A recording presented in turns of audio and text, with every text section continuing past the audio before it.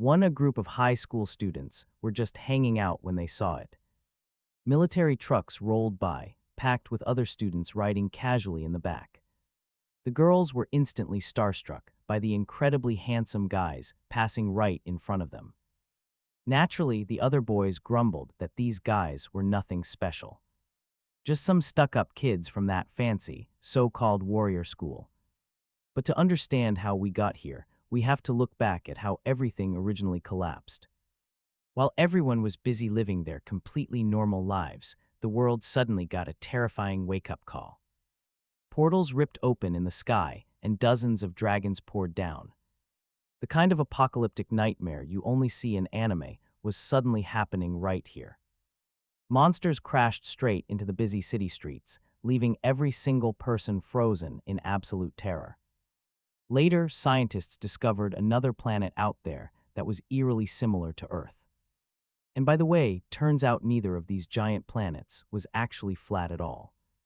But that copycat planet exploded, which is how humanity even knew it existed. Unfortunately, that dying world had to dump tons of its radioactive space debris right on us. Massive meteor chunks smashed into Earth, turning human dreams into horrific nightmares. Wherever those alien shards landed, the corrupted nature of that other world began to spread. Then even more portals cracked wide open, allowing ridiculous monsters to crawl through. 17% of the Earth's entire surface was quickly turned into a massive, deadly wasteland. Humans lost all control of their cities, getting wiped out like helpless flies. Ordinary people stood absolutely zero chance, leaving one terrified soldier to hide and watch in horror. He watched a single bald, horned monster brutally massacre his entire military unit. When the soldier realized what was happening, the hideous beast bared its razor-sharp teeth. The surviving men desperately fired everything they had left just to slow the creature down. But the monster's thick skin turned out to be far tougher than solid steel. Unfortunately for our young soldier, his human body was nowhere near that durable. A single devastating punch to his gut sent him flying, desperately needing a blood donor immediately. The brutal impact launched him into a concrete wall, shattering both the wall and his bones. If there was a status window, this guy's strength would be ranked D at best. Meanwhile, the towering monster would easily be a solid rank B minimum. The helpless soldier stood his ground anyway, quietly waiting for the beast to end him. But as it swung for the final blow, everything suddenly shifted. A strange, overwhelming new power surged through the dying human. He felt his natural human limits completely shattering, all thanks to that exploded alien planet's energy. The chains holding him back snapped, and he prepared to do the same to his enemy. He grabbed the monster's massive arm and shattered its bones with one clean move.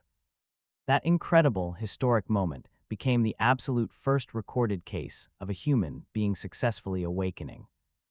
Finally, humanity had a real fighting chance against these brutal alien invaders. Though this massive phenomenon affected every human on Earth, their newly awakened abilities were completely different for each person.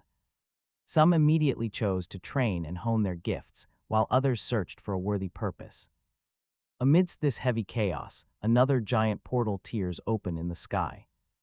A massive, terrifying horde of horned demons storms through, ready to invade Earth once again. But this time, their demonic leader sees something completely unexpected. An entire, highly disciplined army of awakened humans is standing right in front of the portal. With weapons drawn and eyes blazing, they are ready to fight back. And with their newly awakened powers, they began reclaiming the lost dungeons and dangerous zones. These special agents had one main mission and became known as adventurers. Right in front of that massive portal, a brutal battle erupted against horned demons. Humanity fought back, led by the very soldier who downed the first monster. This clash marked the start of the dungeon era and the rise of adventurers. It sparked a massive war between species, and after the brutal battle ended, only a handful of human warriors survived, earning the praise of the entire world. They inspired everyone. People everywhere were moved by their incredible sacrifices. Everyone looked up to that first soldier who stood tall against the monsters. Soon, training centers popped up. Everyone wanted to train these new adventurers. But one academy stood out above all, a special school in South Korea. This specific South Korean academy trained teenagers to become the very best. For 25 years, people everywhere have known this legendary place as the Warrior School. Back to the present, we find our two main friends chatting in class. One boy mentions that students there learn the real truth about dungeons. Curious, the black-haired teen asks what happens if someone actually dies. His friend just laughs it off. They have good reason to feel confident. Apparently, applicants have to survive a brutal entrance exam just to set foot inside. But before he can explain further, they hear a group of girls squealing nearby. They are totally starstruck, squealing over a ridiculously handsome guy. The girls call him ridiculously good-looking, with unmatched, legendary charm. He is a blonde half-elf with pointed ears, soaking up all the attention. The girls crowd around him, showering him with endless compliments and praise. Our two friends watch in confusion, and one points out he is always on television. His name is D.F. Choi, born to a legendary hunter father and an elven mother. Word is he is a total genius, destined to reach the top tier. Using his effortless charisma, D.F. Choi flashes a brilliant smile at his fans. This drives the girls wild, especially knowing he has already entered dungeons 14 times. Hearing this, Jerong scowls. He is definitely not a fan of the guy. His buddy immediately starts teasing him, saying he is just incredibly jealous. They bicker back and forth until another classmate walks over to join them. He invites them to hang out, but Jerong quickly declines the offer. The black-haired boy cannot make it today, hoping they have fun instead. His companion protests, telling him not to be so serious after exams. He tries to drag him along, but their third friend suddenly jabs him in the gut. Their friend tells him to let Jerong pass on the trip. Jerong, with his eyes glued to his phone, quickly thanks his friends and waves goodbye. As they walk away, the friend with highlighted hair sighs at his buddy. He tells him to be more considerate, asking if he even knows why Jerong works so hard. A quick memory reveals Jerong sitting quietly beside an elderly relative in a hospital. Back in reality, Jerong walks alone through the busy streets of the city. Jerong checks his phone and sees a text reminding him of unpaid medical bills. Just then, another alert pops up on his screen from his boss. His boss needs him for a job, a new gig starting right now. Meanwhile, D.F. Choi, still waving happily to his fans, suddenly spots something. He gazes closely at Jerong, feeling a strange tightness twisting deep within his chest. A classmate from the Warrior Academy asks Dev if that kid did something to him. But Dev quickly shakes his head in denial, claiming nothing happened between them. Watching Jerong walk away, Dev silently wonders if his instincts are playing tricks. He decides to brush the feeling off as nothing and move on with his day. Meanwhile, Jerong walks through the busy streets, highly stressed and grumbling to himself. He keeps complaining under his breath about how much he truly hates this job. Reaching an abandoned subway station, he slips right past the warning tape. He heads down the dark stairs, fully prepared to face whatever lies ahead. Back inside, Jerong's white-haired boss, Jawan, is waiting for him with a client. Jawan introduces the bald man in a suit next to him as Jerong's new employer. The dark-haired youth offers a polite greeting, saying it is a pleasure. But the bald man does not return the greeting. Instead, his expression sours. Glaring directly at Jawan, the client snaps that he expected their absolute best. He did not expect some random teenager. Calmly, Jawan insists that Jerong is unmatched. The bald client scoffs, immediately starting a heated argument with the boss. He accuses Jawan of trying to cheat him by sending an unproven amateur. Even with the rising tension, both Jawan and Jerong calmly stand their ground. They point out how incredibly rude the high-handed client is being right now. But the suited man refuses to listen, demanding they summon someone truly competent. He warns Jowan that failure to bring someone respectable ends badly. At that exact moment, Jerong turns his attention toward the heavyset man behind him. He sizes up the muscular bodyguard standing behind the client. Jerong boldly asks if the man is an active adventurer, smiling sharply. Then he smirks, correcting himself that the man must be retired. A former warrior reduced to trailing after an old man and taking orders. The client is shocked by the sheer boldness of this young kid. Before he can yell back, the massive bodyguard steps forward, cracking his knuckles. The enforcer growls that talk is cheap, promising to break their bones as a lesson. The bald client smirks in satisfaction, ordering his guard to grab the boy. He snaps that unless they drop to their knees and beg, they will die.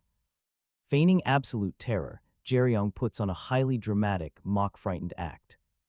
He sarcastically cries out for help, pretending to panic over what to do. Suddenly, his entire demeanor shifts. A freezing blue aura surges around him. He states coldly that he has never learned how to beg in his life.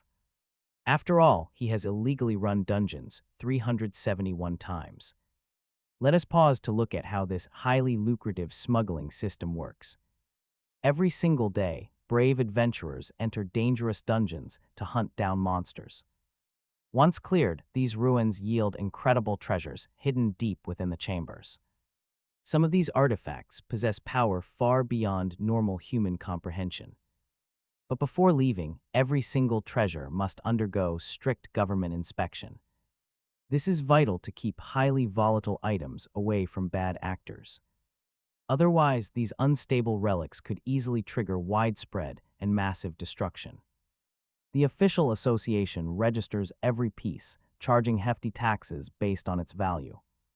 Blinded by greed, some adventurers try to bypass this legal system entirely. They sneak rare relics out, selling them illegally to avoid paying high fees. Far from the eyes of inspectors, they hoard these powerful magical items. If these smugglers are not stopped, they threaten the safety of everyone. A total mess, the state broadcast ends warning citizens.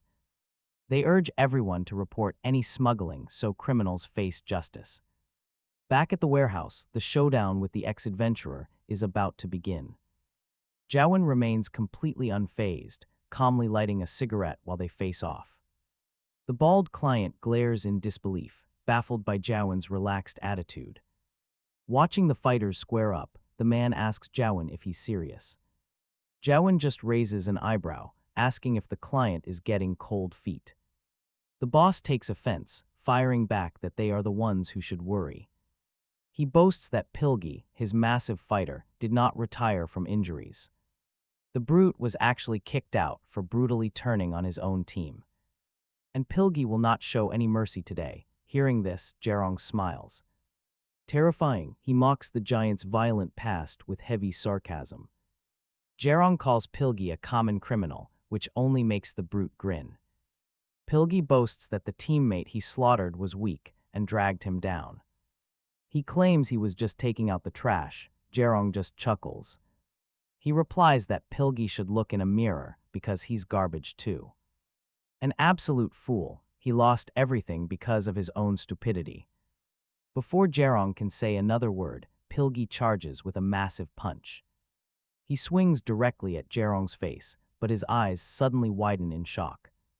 The brute senses something is deeply wrong as his heavy fist misses completely. Watch how smoothly Jerong dodges the strike with a simple tilt of his head.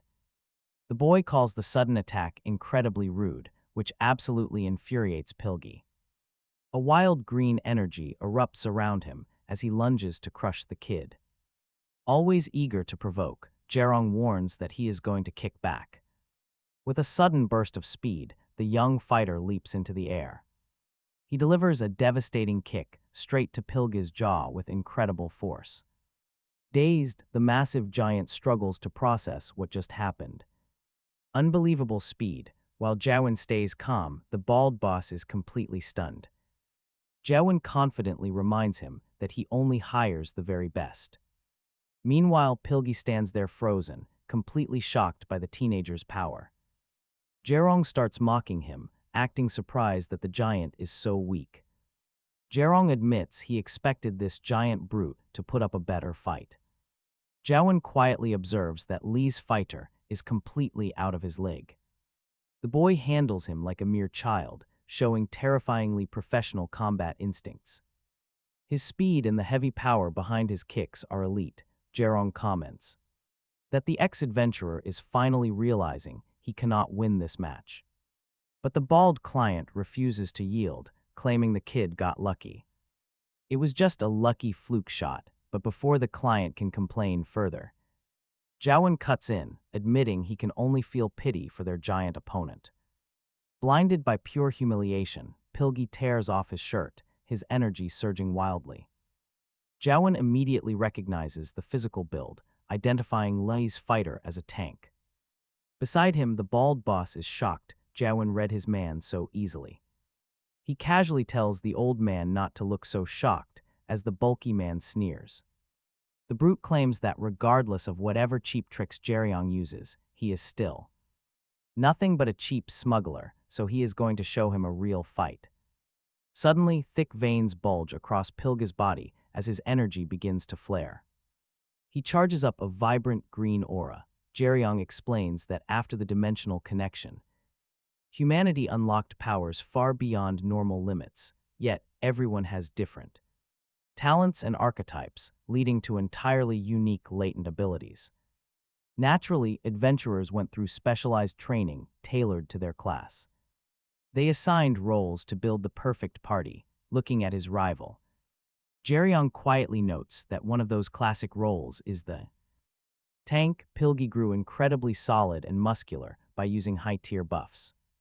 This specialized training maximizes their core physical stats. A tank is meant to absorb damage and shield their party from deadly dungeon threats. In this position, the frontline warrior takes every brutal monster hit head-on without ever backing down. Their physical frames are conditioned so thoroughly that standard bullets barely tickle them. But the absolute best of the class, the high-ranking tanks, shrug off heavy artillery fire and high-explosive missiles with total ease. They are walking fortresses. Watching Pilgi transform, Jerong admits, the guy is impressive. He really is a professional adventurer. Stacked with active buffs, Pilgi lunges forward with both fists raised high. Jerong barely manages to leap back, desperately dodging the heavy blow. But the concrete floor takes the full impact, completely shattering the subway station. As dust and rocks explode everywhere, the young man struggles to find his footing. The sheer pressure of the shockwave rolls outward. The bald shopkeeper, being just an ordinary civilian, is nearly swept off his feet by the wind. Suddenly, a steady hand grabs his shoulder to hold him upright.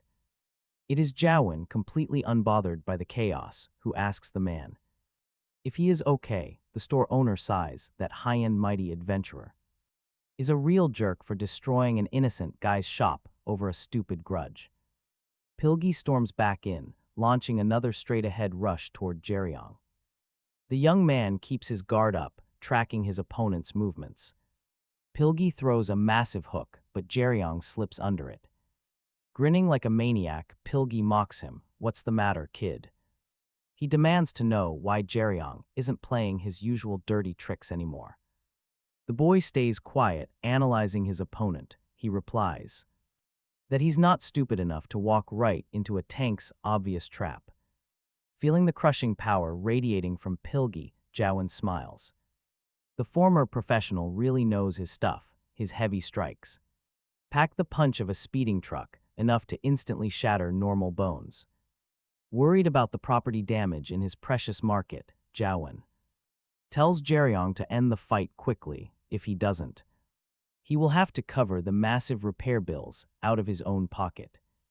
Now Jerong is truly cornered. Pilgi smirks with confidence, mocking the boss for not realizing how outmatched his smuggler really is. He boasts that cheap tricks will never pierce a true tank's armor. Jerong completely ignores the talk of professional techniques, suddenly turning his gaze off to the side, muttering that it looks perfect. Jerong then notices a massive Iron beam standing right beside him. He quickly places his hand on it. Lee has absolutely no idea what is happening, utterly confused by what the kid plans to do. With that random metal, Jerong quietly analyzes the heavy iron bar in his grip. Realizing it will actually work, this should be more than enough, he thinks. Jerong is distracted. Seizing the moment, Pilgi charges straight at him once again. The veteran is completely furious, gritting his teeth as his massive aura spills out. Jerong explains that because of their insane physical durability, most people believe that tanks are totally unbeatable, but that is far from the truth. They have a glaring weakness and a natural enemy. Right then, John warns the bald man that the battle is not over, yet Pilgi continues rushing toward his target. He is blinded by rage and ready to end this. Jerong does not back down, lunging forward with the iron bar in hand. The ultimate weakness of any tank is an opponent who can focus destructive power onto a single, precise point. Armed with his improvised weapon, the young warrior prepares to strike his foe and prove his real strength, a high damage per second dealer is the ultimate nightmare for any tank. With those words, Jerong slams the iron bar directly into his opponent's jaw, unleashing a devastating blast of energy. The veteran instantly coughs up a spray of blood, his knees buckling. Jian remains completely calm, unlike the bald man who is left utterly baffled by what just unfolded right before his eyes. Can you blame him? The tank immediately collapses backward, knocked out cold on the spot. But he quickly snaps back to his senses, spitting out blood. Pilgi asks how Jerong managed to execute a cut like that. Hearing this, the boy is genuinely confused, asking what on earth the old man is even talking about. Jerong has no idea what Lei is thinking, but he is completely wrong. Yet internally, Jerong wonders if Lee might actually have a valid point. He might have recognized the style from that legendary warrior in his memories. That warrior was Jerong's father, a globally renowned figure of absolute, terrifying power. Jerong starts to remember his childhood, walking down those quiet, familiar halls of his home. Back when he was young, his dad was his hero. He was the single greatest, most legendary adventurer in the entire world. Watching him train in their backyard was the boy's absolute favorite hobby. And it was not just blind family admiration. The man was a titan. His name was Yusung. He was a force of nature. He possessed a shredded, muscular physique that constantly radiated a dense, overwhelming aura. He was the very first human to awaken and defeat those massive monsters. A quick flashback reveals Yusung was a legendary pioneer of the first generation. Those original adventurers, to anyone who did not live through those times. Their legacy sounds like a grand, heroic myth, but for actual survivors, those days were sheer hell, witnessing countless lives lost in daily struggles. To make matters worse, humanity had absolutely zero information to work with. Nobody understood the rules of the dungeons, how they functioned, or even what kind of terrifying beasts were waiting inside to slaughter them. Complicating their dungeon runs, here in the flashback, Yusung prepares to fight. A giant worm-like beast stands before them. Even monsters considered easy today were lethal nightmares back then. Yes. The Gakamoth, the terrifying beast his father faced, suddenly spits a burning green acid. It strikes Yusung's friend directly. Yusung barely dodges, but when he looks to the side, he watches his friend instantly dissolve from the acidic spray. 4. The old-school adventurers, every creature was an unpredictable, terrifying disaster. Furious after seeing his ally melt away, Yusung snaps. He drives his spear straight into the beast's flesh, back. Then hunters fought completely blind, with zero monster intel. After delivering the blow, Yusung realizes something he absolutely did not want to see. His titanium alloy spear was already melting from the creature's corrosive acid. Common gear did not exist back then. They survived on scraps. The first generation went through brutal, unforgiving trial and error. Trial and error meant risking lives to uncover secrets. Down. In the dark dungeon, Yusung charges right back at the monster. While he fights, a few reinforcement adventurers finally arrive. 3. Young warriors take one look at the carnage and freeze in shock. Breathless, unable to move, amidst all the hunters who were dissolved. Only Yusung stands victorious, having slain the monster with basic gear. And whatever scrap weapon he had left, these brave survivors passed on their hard-earned knowledge to protect the next generation, and after. Risking everything for humanity, they became legends. Yusung lived this brutal life, hunting down unknown horrors for decades, and get this. After all those years of growth, he earned the ultimate legendary title, the Dragon Hunter, a legendary name reserved solely for the very first person who managed to defeat a dragon, and there he stands victoriously on top of the massive creature's corpse. The entire world was left completely shocked. And awestruck, Yusung was crowned the absolute strongest hunter in Asia. But beneath the glory, he was just a father to our protagonist, who respected him more than anyone. Jerong still remembers his father training with that spear, his overwhelming aura whipping up a massive windstorm. To young Jerong, his dad was considered completely invincible. That is until one tragic day shattered that belief and traumatized him forever. Suddenly, right in the middle of training, the mighty champion unexpectedly began to cough up dark blood. Terrified, young Jerong ran toward him to help, but his father weakly raised his hand, warning him to stop and not come any closer. Doctors would later reveal the horrifying truth. The sudden weakness was caused by a lethal poison, and Jerong cried heavily. Watching his father suffer, at the hospital, we learned that during a past expedition, the legendary hunter had been contaminated by a deadly toxic monster. Yusung tried to fight it off, pushing his body to the absolute limit to survive, but after decades of constant battles, his physical vessel was completely broken, and tragically, even the legendary dragon hunter could not survive. Back when he was at his weakest, the colleagues he once trusted with his life came and handed him a contract. They were nothing but vipers in disguise, taking advantage of Sion's vulnerability to rob him of everything he owned. Years of hard work and his entire fortune wiped out on top of his illness. He suffered mentally, believing his whole life was just a massive mistake, and that none of his efforts were ever rewarded as the years slowly passed. By the time Jerong was a teenager, his father was hospitalized, his body completely broken down, and the world had forgot him. The world slowly began to forget that Sion was ever a legendary and heroic dragon hunter. Left with an incurable poison, the hero lost his entire identity. With no cure in sight, his only reward for a lifetime of brave adventure was being completely forgotten. Talk about a tragic fall, but back in the present, Jerong had just completely crushed Pilju. The young hunter simply stares at his opponent, turning on his heel and walking away without saying a single word.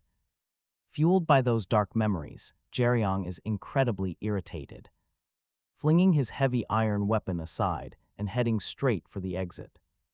The bald client stands there, completely shocked by what he witnessed. However, Ju-won calmly remarks that the job went exactly as planned. But the client cannot believe his top fighter lost to some kid. Ju-won shrugs, suggesting that the bulky guy was never any good. Jerong cuts in, stating there is a reason for his loss. A guy who brags about hurting his own teammates is just weak. Walking past the stunned client, the young boy drops a cold truth. There are only two reasons why a good adventurer ever retires. Either their bodies break down completely so they can no longer explore, or they die in some dark dungeon, never to be seen again. Throwing his jacket back on, he says he doesn't care about Pilju's salary. But if it is more than minimum wage, he should be fired immediately. Seizing the perfect opportunity, Ju-won approaches the wealthy client, offering a quick apology, but then he smoothly drops the real bomb. Their fee has just doubled. Talk about making the most of a bad situation. The client tries to protest, but Ju-won shuts him down with a cold glare, reminding the man that it was Pilju who picked this fight first. He adds that neither he nor Jerong are ever going to work for free. Cornered and defenseless, the bald client has no choice but to agree. With the negotiation settled, Ju-won calls Jerong over and asks a sudden question. Has he ever heard of the imperial wasp? Jerong, who was drinking water, spits it out instantly. Wiping his mouth, the young hunter asks if they really have to fight something that terrifying and completely out of his league. Ju-won explains that the imperial wasp is an absolute nightmare, with a danger rating that tops the charts globally, not just in Korea. What used to be the beautiful city of Uido is now their main nest, transforming the area into a terrifying demonic kingdom of pure chaos. Even the highest-ranking adventurers struggle to take down just one of these monsters because they swarm and spread across the entire territory. Fighting one of these beasts is basically a suicide mission. But for an elite white-rank adventurer, it is absolutely possible. Johan explains that according to a bald source, a secret raid happened. Yesterday, a massive unpublicized raid went down, and Johan continues explaining. The government army joined forces with 7 elite white-rank adventurers. They formed a strike squad to invade the wasp nest. Gary is stunned. Gathering 7 white rankers is insane, and Johan quickly adds why. Fighters of that caliber are so legendary that if just 2 of them team up, the media goes absolutely wild, yet they still failed to wipe them out. They missed their main target, but they still managed to hunt the queen. One of those 7 elites stole the imperial wasp's royal jelly and hired a smuggler. He ordered a subordinate to smuggle it out, leaving Gary completely baffled. Having no idea what this jelly actually is, Johan starts to explain. It is a rare nutrient the colony feeds to their newly born queen. Still struggling to understand, Gary asks why an elite would smuggle this. Risking everything for a simple nutrient seems crazy, but his boss explains. This highly coveted royal jelly has made its way to their world before. According to the rumors, a single taste can literally bring back the dead. Hearing this legendary claim leaves the young man completely frozen in shock. Deep in the dark subway tunnels of the underground city, rumors echo. Every single path to the dungeons is now under heavy military guard.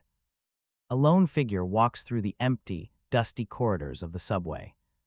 He mutters the warning over and over as he keeps walking. It is actually Gary's boss, Johan, and he knows that claim is false. Staring at a massive gate covered in strange red markings, he smiles. There is always a sneaky way to bypass the government's strict rules. A bright blue aura wraps around his hand as he reaches out. His magic slowly merges with the runes, causing a massive energy flare. Blinding blue light floods the dark underground hall as they combine. The seal finally shatters, and the bright red markings completely fade. Gary stands right behind his boss as Johan issues a quiet warning.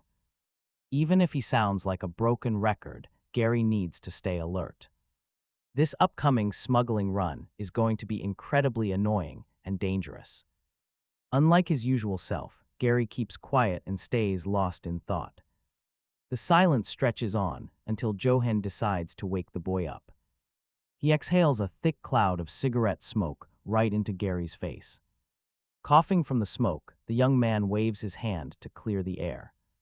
He glares, asking why his boss would pull a stunt like that.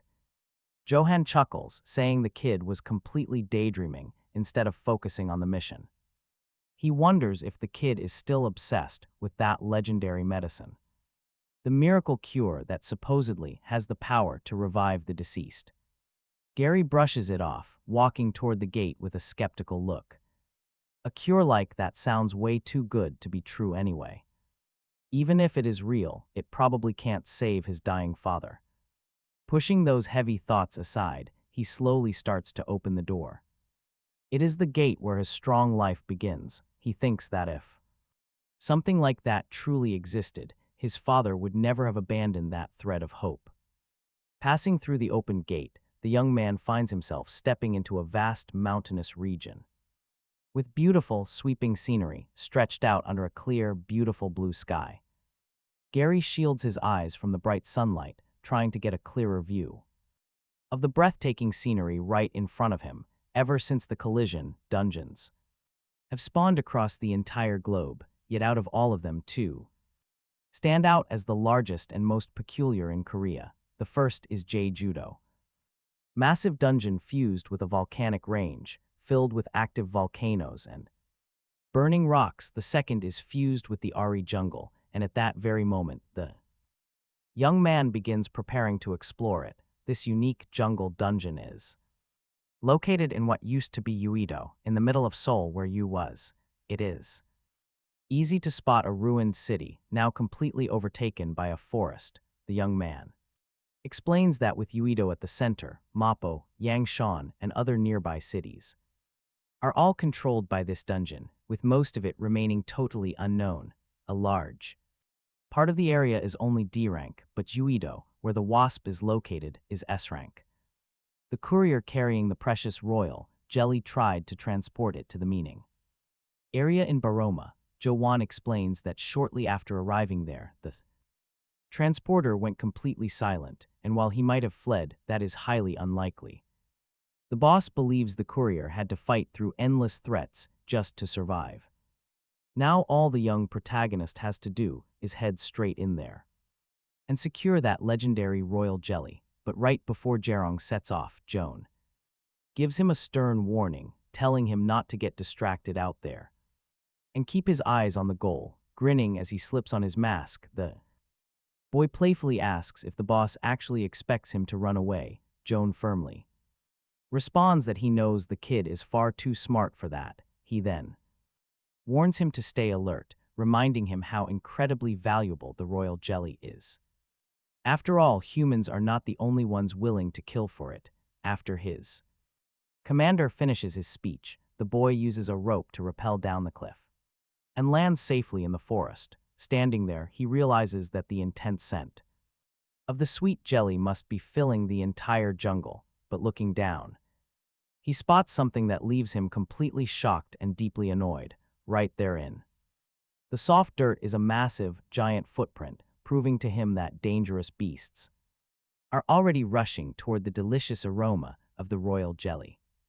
Meanwhile, far deeper inside the dense, sprawling jungle, a flock of startled birds suddenly scatters. An elf girl is running for her life, completely breathless. As she flees from an unseen terror, desperately, she slips behind a thick tree trunk to hide and catch her breath. Her name is Jin Samaram, and right now, this rookie warrior is facing the absolute worst nightmare of her entire life. This was supposed to be a simple intermediate exam inside a low-level dungeon. But now she stands frozen in place, paralyzed by pure, unadulterated terror. Glancing around in panic, she realizes her easy test has completely transformed into deadly nightmare, forced to face a legendary threat that should never have been lurking here. Soon, the massive beast stalking her from the shadows is fully revealed. Jin holds her breath, staying completely motionless, desperate to find an escape. Can she escape the beast hunting her? Suddenly, a massive gust of wind sweeps in. She realizes a terrifying truth. This exam was supposed to be easy. Jin only had to collect coins inside the dungeon within a strict time limit. It was just a basic test designed to simulate real combat. And yet, this test area itself was ranked at the absolute lowest tier possible. It should have been an easy run, a safe training ground for beginners. An easy pass for any novice adventurer with no real danger. But right now, the monster is silently creeping up behind her. When she finally turns, the grinning beast is staring down at her. Every guidebook said the monsters here were weak and incredibly stupid. But this massive, four-armed giant is a completely different story. It swings with terrifying force, but Jin barely manages to dodge. She wants to run, but looking at its size, running seems impossible. But get this, she refuses to go down without a fight. With nothing but a miracle left to save her, she grips her bow tightly. She draws 3 arrows from her quiver, bracing herself for a brutal clash. Despite the overwhelming odds, she fights. The primal titan prepares its strike. It builds up a devastating, monstrous breath attack. Jin fires her arrows. Unfortunately for Jin, her desperate attack barely even registers to the beast. The monster effortlessly raises a hand, easily blocking the incoming projectiles. The titan's skin is tougher than steel, her chances of winning, 0. With a sudden roar, the beast slams one of its massive arms down. The impact triggers a violent shockwave, sending heavy rocks flying everywhere. Using her incredible speed and agility, Jin leaps back, dodging the debris. Even while flying through the air, she quickly readies her bow again. She knows basic arrows can't pierce this monster, but she has to try. With absolutely no other options left, she lets 3 more arrows fly. But this time, she infuses the projectiles with raging wind magic. The wind-guided shots bite in, but only scratch the titan's hide. The beast remains completely unfazed, its terrifying grin never fading. But Jin realizes she doesn't actually need to kill the beast right away.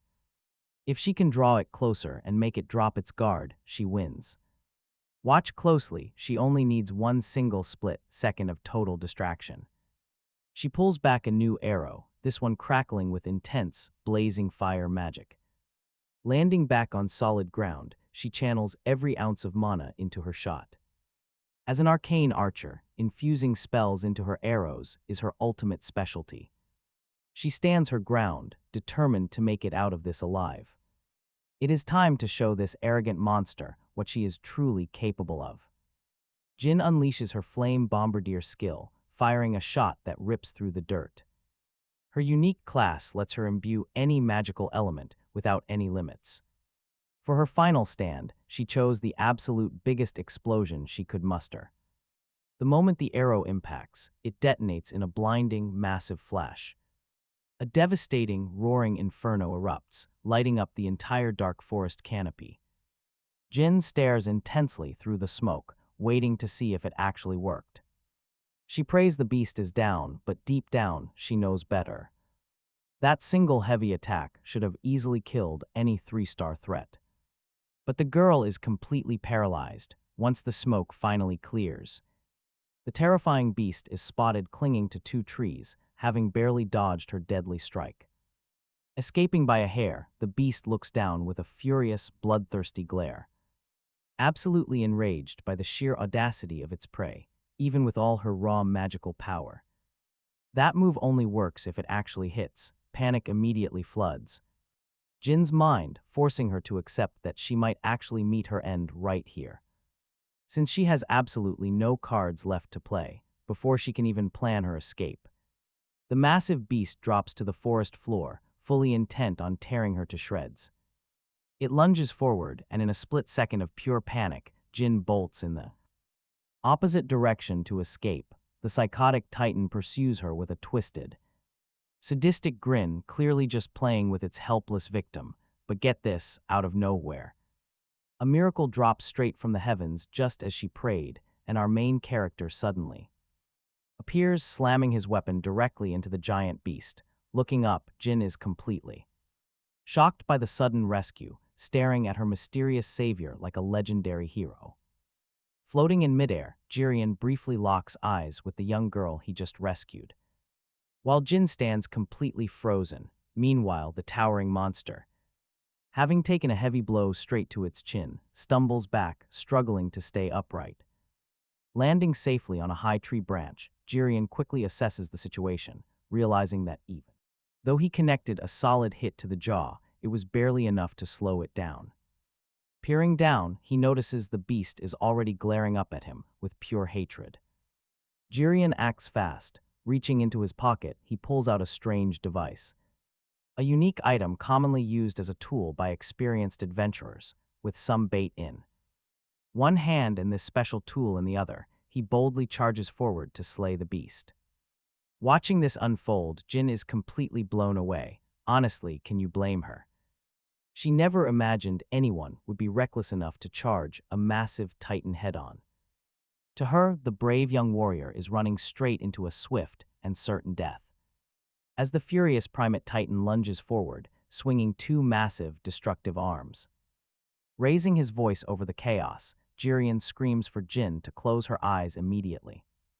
No questions asked, she trusts him completely and obeys. Meanwhile, Jerong aims his strange device directly at the roaring beast's face. The two are on the absolute brink of a brutal clash where only one survives. But right then, a blinding, intense energy begins to build inside his small tool. And Jerong quickly shuts his own eyes to shield them, directly in front of the Titan's massive face. A flash of pure radiance erupts, lighting up the entire forest. And instantly blinding the giant beast, heeding the boy's quick warning, Jin tightly closes her eyes, raising her arm to shield her face from the flash. It worked. The giant titan is completely caught off guard by the light. Takes the full force of the brilliant flash directly to its sensitive eyes. The beast bellows in absolute agony and rage, seizing the moment Jerong lands safely. Quietly noting that he just burned through the absolute last charge of his special tool. This handy item is called a stun light, a device crafted using rare scales. Of the oscillating fish found only in the deepest ocean dungeons, this unique tool boasts an incredibly powerful incapacitate skill, offering massive value for its budget, making it a favorite choice among countless dungeon adventurers. Yet, because of its unique nature, because of its power, many people abused it, causing several adventurers to lose their eyesight. As a result, its production in this world is now strictly forbidden. Outlawed and strictly prohibited, even with her eyes shut, she feels the drug's insane reach. Unused to such an intense serum, she slowly starts to open her eyes as Jerong passes by her with his baton, saying he did all of this for her, and now she must survive on her own with only seconds left. Precious seconds remaining. Jerong knows that no matter what happens in this place, as long as he avoids helping adventurers, he will not get reported to the authorities. He suddenly recalls his boss saying that smugglers are basically seen as nothing but cockroaches to hunters. Despite that, their bounties are massive. If he acts recklessly, he will get easily outsmarted and handed straight over to the government. Therefore, he is not going to do anything else. But as he runs, keeping a completely serious face, he spots something behind him that instantly ruins his mood and stresses him. The girl from earlier is stubbornly chasing him, and he has no idea why. Annoyed, Jerong complains. Out of breath but determined, Jin refuses to stop. She continues sprinting after her savior, desperate to show her gratitude. Remembering all those lessons about never letting himself get outsmarted, he makes a sudden move and unleashes his insane speed. Jin, trailing close behind, realizes that the boy completely vanished from her sight in a split second. She is positive he was just there, but now he has vanished into thin air. Suddenly, with her guard down, she is struck in the neck by a baton, sending her stumbling back. Instantly, our protagonist moves in and pins the girl to the ground, calling her a fool and asking what she is doing. Jin, looking completely harmless, explains that she only wanted to thank him for saving her life. Jerong coldly asks if she is joking, since he is not dumb enough to believe that garbage. But then, she shows her sharper side, revealing she tracked him because he is a smuggler. And no, she is not here to capture him. She actually wants to offer the young smuggler a job, leaving him completely speechless for a moment. He spots the prestigious Warrior Academy emblem on the shirt she is wearing, sighs and lets her go, pulling his baton away from her neck. The boy warns her that he is letting this slide, but it is her final chance to survive. Turning around to walk away, Jerong says he has absolutely no interest in dealing with some student from the Warrior Academy. In an incredibly menacing voice, Jerong threatens Jin, warning her that he will literally bury her if she interferes. She interferes with him again, feeling the sheer weight of his threat. The Girl goes quiet, but she is not giving up yet, quickly calling out that the bounty for a smuggler is 50 million, while a hunter bounty is 400 million. Jerong takes this as a direct insult and is completely enraged. Veins visibly bulging on his neck, yet something instantly changes his mind. When he looks down at her hand and spots something incredible. She is holding the incredibly rare blood of ankle necklace, telling him that he would have to turn in 5 smugglers, which is worth over 200 million. To buy one, sweating nervously, she tells him this is only the initial payment. She promises that if Jerong helps her pass this exam, she will give him even more cash. Seeing her wealth, he realizes she is not just a spoiled brat, but actually filthy rich and completely out of her mind. She is totally crazy. But Jin snaps back. She is determined to win, crazy or not. No matter what, raising the necklace high once again, Jin states that this golden opportunity will completely change Jerong's entire life forever. He sighs deeply. Honestly, he figured something like this would happen. Jerong apologizes, saying this is all Jin's fault and he has no reason to actually kill her. Hearing those words, Jin freezes, total confusion. Before she can ask what he means, a massive shadow blocks the sun, plunging them into darkness. Jerong looks up and says he already warned her. Time is up. He warns her she only has seconds left to live. Above them, the giant primate beast leaps down to capture both of them. Furious after recovering from the flash, the monster smashes into the ground. Its fists shatter the earth. Missed, the two dodge just in time. Suddenly, Jin spots something flying her way and opens her hand to catch it. She realizes it is the metal baton Jerong was fighting with earlier. He yells out. He did not throw it to her just to stare at it, asking if she remembers the fire attack she used earlier on her arrow.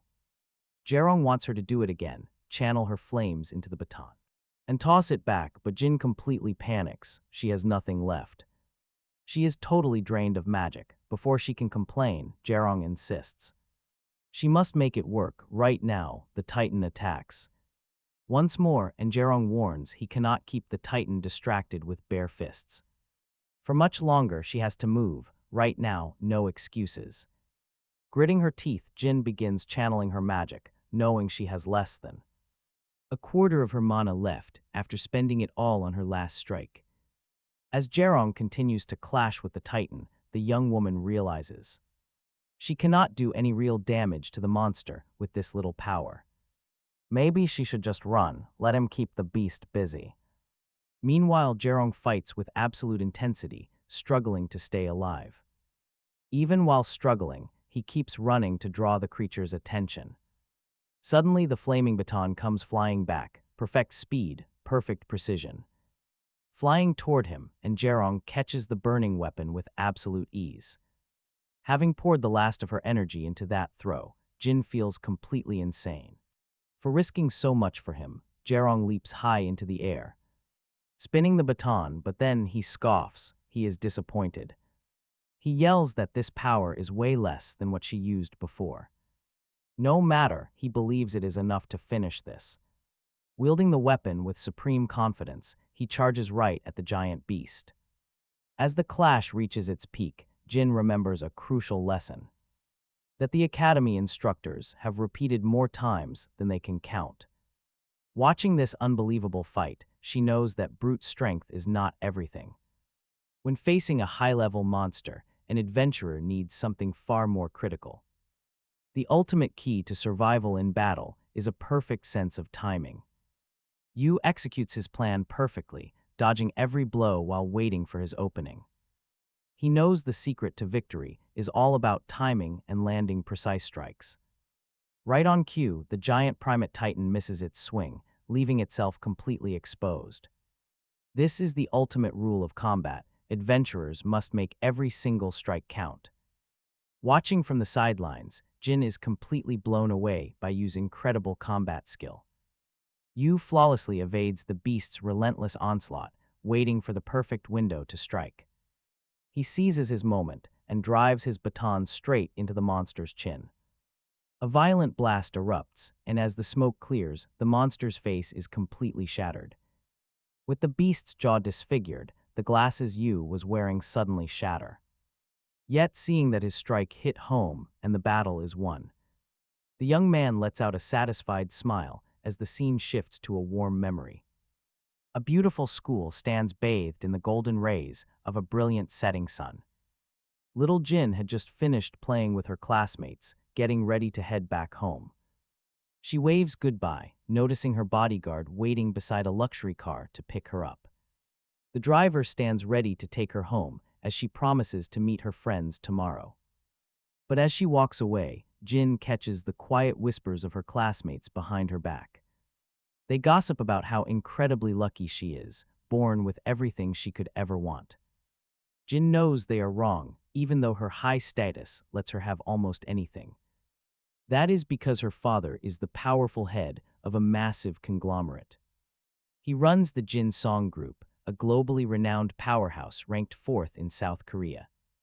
The group's wealthy successor had actually married a beautiful elf from another world. From this union, a child was born to leave her mark on the world.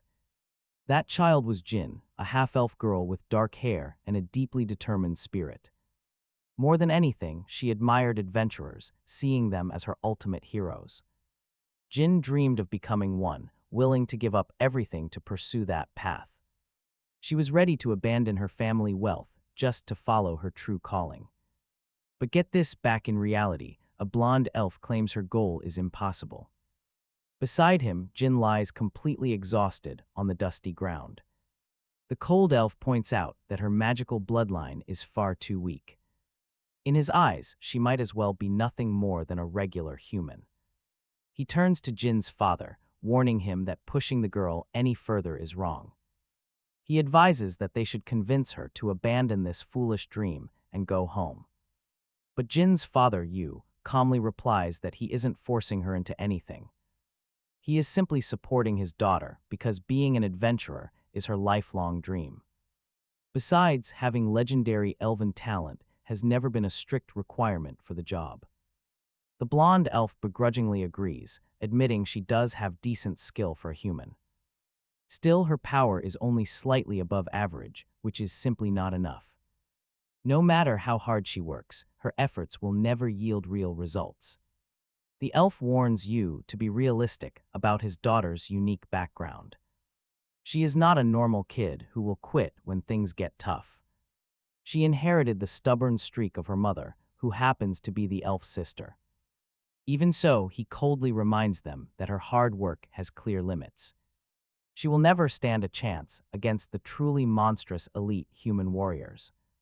But if she keeps picking herself up, she might eventually become somewhat decent. Fast forward several years, and we see a much older teenage Jin. He explains to Sunu that with enough hard work, she can finally get some recognition. Praise and respect as an ordinary person, yet this daughter was born with massive advantages despite her lack of talent, like wealth, status, and a legendary bloodline. These privileges make her efforts futile, no matter how much she trains. Some things are just out of reach. People will jealously mock her, leaving her completely isolated. After all, they will just view her as a spoiled princess, and one thing is certain, even if Jin is incredibly strong, she cannot endure that pressure for long. After all, social isolation eventually breaks everyone. True talent, it doesn't just fall from the sky. Now we cut back to the moment Jerong defeated his enemy, with Jin staring in absolute shock at the wild events unfolding right before her eyes as Jerong finally lands on the ground. The massive body of the defeated beast crashes down. A massive crash shakes the entire forest. The beast, completely obliterated after taking that devastating blow directly to the face, holding his signature baton, Jerong starts to walk normally until a faint sound tickles his ear, catching his attention. As he glances over to the side, he spots Jin, who is frozen. In pure shock, it's like seeing a ghost staring at him. She mumbles that this is impossible, realizing her savior is just a high school kid. Touching his face, the young man finally realizes What happened? He's incredibly annoyed by his own careless mistake. In a flashback, Joan warns Jerong to be extra careful not to break his glasses because they are extremely expensive. Holding the strange frames, he estimates they should only cost around $5,000 since they look like an ordinary item, but his boss corrected him, explaining that those glasses prevent facial recognition, alter his voice, and hold multiple magical enchantments, but now those expensive glasses lie shattered, completely ruined by that incredibly powerful attack. Covering his face, he mutters that things are not going how he wanted. It is seriously frustrating. Still confused, the girl asks if he is some veteran from the Warrior Academy, but annoyed by everything that went down today since he only wanted a simple mission. Jerong answers harshly no, with veins literally bulging on his face. He demands she hand over her promise. Surprisingly, she obeys instantly. Without hesitation, she hands over the necklace, leaving him completely surprised by her total compliance. Highly annoyed by her insane wealth, he quickly snatches the jewel away before she can even get a good look at it. Holding the necklace, Jerong begins to examine it closely, and after a brief check, it is real. Catching his attention again, Jin asks if he needs more money. She notes she understands that even if he does not attend the Warrior Academy, training center tuition is pretty high. Before she can offer to pay his fees, Jerong clarifies that he does not attend any adventurer school. The girl is left even more stunned, but he simply replies that she has got it all wrong. Jerong explains he does not attend any adventurer school and has never even. He was never close to one, he just went to a regular school. Sarum asks who taught him to fight, and he says nobody did. He steps close, hands in pockets, his face is completely serious. I learned on my own, he says. Sarum instantly loses it. She yells, calling it nonsense. Nobody fights like that without training. That timing is impossible. She tells Jerong he must be joking. Suddenly, something flies right at her face. Zero manners from him. Startled, she catches it in her hand. What did he throw? She glares at him, demanding to know what exactly he just threw. Then she looks down. It is a plastic school ID card. Pulling the card out, she starts reading up on her savior. It is from Donging Secondary School, the name on the front. Yu Jerong, he shrugs, telling her there is no need to memorize it. That place is just an ordinary school like any other. Honestly, who can blame her? She is right on the verge of a breakdown. This cannot be real, but Jerong is not done playing. He points his baton at her face, demanding some ID. Hand it over, student ID, or whatever card she has. Once she hands it over, he studies the card carefully. Her name is Jin Sarum. He checks if it is authentic. They are the exact same age. She is from the Warrior Academy. Without another word, Jerong casually slips the ID into his pocket. Sarum looks at him, totally confused, and asks what he is doing. Well, she made an offer. He cannot afford to take any risks. Since she knows who he is, he needs some insurance. Taking her job means ensuring she won't turn on him later. Jerong never works without precautions, but he still needs one more thing. Just a quick final step before they make this deal official. He grabs his phone and flings his arm over her shoulder. He pulls her close for a tight hug, leaving her flustered. We are taking a selfie, Jerong explains, in case she ever betrays him. This picture proves she is a direct accomplice to an illegal smuggler. Sarum stands there in absolute shock as he raises the camera to shoot. Honestly, you can tell she knows she made a massive mistake. Smile for the camera, he whispers, his face turning cold and menacing. She instantly gets it. This guy is way more dangerous than imagined. She squeezes out a forced, incredibly nervous little laugh. She plasters on a fake smile, but there is no backing out now. The gears are already turning, and Jerong snaps the photo. Two kids smiling right next to the massive corpse of a titan. He double-checks the screen, making sure the framing is absolutely perfect. Now he says, let us talk business. What exactly does she need? Dazed by his sheer intensity, Saram finally tells him her goal. Her actual mission is to collect coins. She only has 6 hours. She must gather coins hidden across several test areas before time runs out. Area find a chest, grab the coin, that was her specific objective. To prove she belonged at the Elite Warrior Academy. Then, she mentioned, already having 1 coin in her possession, just 1 more was needed to pass the final exam. Saram then finished by pointing out that the chest was extremely close. Jerong paused. Where exactly was this coin hidden? She whispered the location. It was deep inside the ruins of the old Eugene shopping mall. Now wait, this is where Jerong's plans completely clicked together. Figured it out, he muttered that he understood completely, leaving Saram quite confused by his sudden reaction. So Jerong decided to explain that he realized their meeting was no accident. The target he was hunting was hidden inside that very same mall. He quickly detailed his current quest. She gasped in sheer shock. Did he seriously say he was? After the terrifying Imperial Wasp, Jerong quickly corrected his mistake, explaining he was not hunting the beast, but rather its sweet honey or jelly. He was not entirely sure. Still, Jerong added that this sweet jelly possessed an incredibly strong scent. It lured monsters in, meaning that Primate Titan was probably tracking it too. Jerong shrugged. That did not matter, but did she absolutely have to go to that mall? Were there really no other coin chests left? She looked down, anxious. With a sigh, Saram admitted the mall was her last remaining chance for a coin. The other candidate groups had already swept through and claimed every other chest. Jerong quietly stared at her, knowing other groups were out there. He understood why she was completely alone. He smiled. He would help Saram. This was actually much better for him anyway, he told her. They would get in, grab her coin and his jelly, and then escape.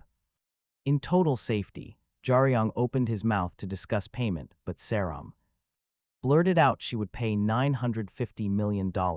It was everything she had in the world. Hearing that insane sum, our protagonist was speechless. What a wealthy girl. Saram quickly promised that if that was not enough, she just needed a little more time, but Jerong interrupted immediately. It was more than enough. Turning toward their destination, he warned that any emergency would cost extra, but if the plan went perfectly, that sum was plenty. He asked if she had the stamina to run. She nodded eagerly. Yes, she did. They instantly darted into the dark, thick forest, sprinting at full speed. Saram was trailing slightly behind, gasping for air. She watched him glide forward effortlessly. Jerong was incredibly fast. She was in absolute awe. Meanwhile, our protagonist ran. He sighed softly. He had accepted her offer way too fast. Since she was loaded, he should have asked for more. Still, Saram shouted through the wind, asking if she could raise a question. Wearing a bored look, he gave a slight nod. She asked if he really learned everything on his own. Surprisingly, he admitted not quite everything, but the vast majority was indeed from solo training. As they continued running, Jerong began sharing fragments of his childhood struggles, explaining that when he was young, but mid-sentence he froze. Jerong sensed danger. Danger because right in front of them, 2 bizarre, alien-like beasts were hunting. These are Geraptors, a vicious species native to what was once Baramadan. Spotting them, Jerong quickly tells Jin to get ready. Time to fight. Running right beside him, she immediately halts and draws her giant bow. But to her absolute shock, Jerong doesn't wait, not even a second. He charges straight at the monsters, moving with insane, truly blinding speed. Truth is, he never had any formal training as an adventurer. Every single skill he has was forged by constantly risking his life. Except for one thing, as a kid, he watched his father move. That was enough to copy 3 legendary, top-tier martial techniques. Approaching with his trusty baton, Jerong unleashes one of those moves. This legendary combat technique is known as the needle strike. He focuses all his blinding speed and body weight into one vital spot. On his opponent, right now, the brave boy executes that exact deadly blow. It's a simple yet devastating technique honed through raw combat instincts and pure, unadulterated talent. Even high-ranking adventurers struggle to master this. But Jerong has perfected it, taking down the beast instantly, just one hit. Since the other beast is only a weak, 2-star creature, Jin easily defeats it, escaping with only a few minor scratches. She puts her bow away and notes that something feels off. Geraptors normally travel in packs of 5 or more. Hearing this, Jerong realizes they aren't the only ones drawn to that royal jelly scent. Countless deadly monsters are probably lurking nearby right at this very moment. By this point, they've reached the outskirts, right by the shopping mall. Noticing that Jin isn't looking like she is in the best shape, Jerong suggests they take a quick breather before continuing onward. Bringing up their earlier talk, Jin asks about his private lessons. He tells her again that he just watched someone train and mimicked their movements, but because he was trying to remain hidden, he only managed to copy a few of their specific techniques. Since people rarely ask about his past, he wonders why she's so incredibly curious. Rather than answering, Jin gets highly frustrated. She snaps, angrily declaring that she really dislikes him. Out of nowhere, she tosses a small bottle at Jerong, who catches it effortlessly. Examining the item, he realizes it's a stamina vial. A highly expensive item. Shocked, Jerong asks if it is free. Jin urges him to drink it up, pointing out his exhaustion. He is clearly running on empty and needs to recover fast. Jerong points out she literally just said she disliked him, yet here she is giving him a gift, but to Jin's absolute shock, the boy begins to pocket the vial instead, demanding to know why. She listens as Jerong explains that he won't drink it because selling it later makes way more sense. Jin explodes, arguing that it is worth way too much to sell, and he should just consume it. Still, Jerong knows exactly what it's worth, and a quick black market trade would fetch him a small fortune. Jin silently curses the boy, finding him incredibly strange, but he is her only hope. Jerong decides that since she is fully recovered from the potion, they should keep moving on their adventure. Noticing she is still completely distracted and lost in her own head, Jerong grumbles to himself that rich kids are bizarre and ignore money. Soon enough, the duo approaches the derelict shopping center as Jerong tells Jin that while she already knows the details, they need to review the plan one more time. Jerong emphasizes that their goal is not hunting monsters, but grabbing the supplies and getting out immediately. He warns her that regardless of how many beasts are inside, she must follow his lead and stay completely calm. Finally, Jerong notes that while she has learned a lot, survival is his ultimate specialty and she just needs to trust him. Yet somehow, Jin starts acting strange, unable to trace the source of her unsettling feeling. Just last term, she was a total nobody at the Warrior Academy, shunned and left entirely in the shadows, but this was the very first time she braved real danger with an actual companion who did not mock her. As Jerong stands up, he announces they should start moving. Jin feels a sudden wave of quiet dread, knowing the threat of imminent death is real. Soon, they stand before an ancient shopping mall completely swallowed up by wild, choking vines. Step inside, and it is a dark, decaying forest where nature reclaimed everything. But a sudden shock paralyzes both Jin and Jerong, keeping them on high alert. A massive, suffocating pressure descends and wraps around the two. Jin nervously whispers, "What is this?" But Jerong has no answers either, having never felt such a terrifying presence in his entire life.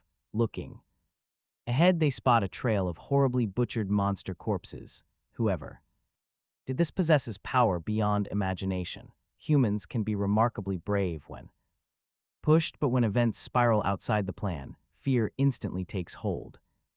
These slaughtered beasts are definitely not native to this territory at all, and they present an extreme threat even to highly seasoned, professional explorers. Seeing this sheer carnage, they cannot fathom what is waiting for them. Jirian sharply tells her to stay focused. Something incredibly dangerous is lurking.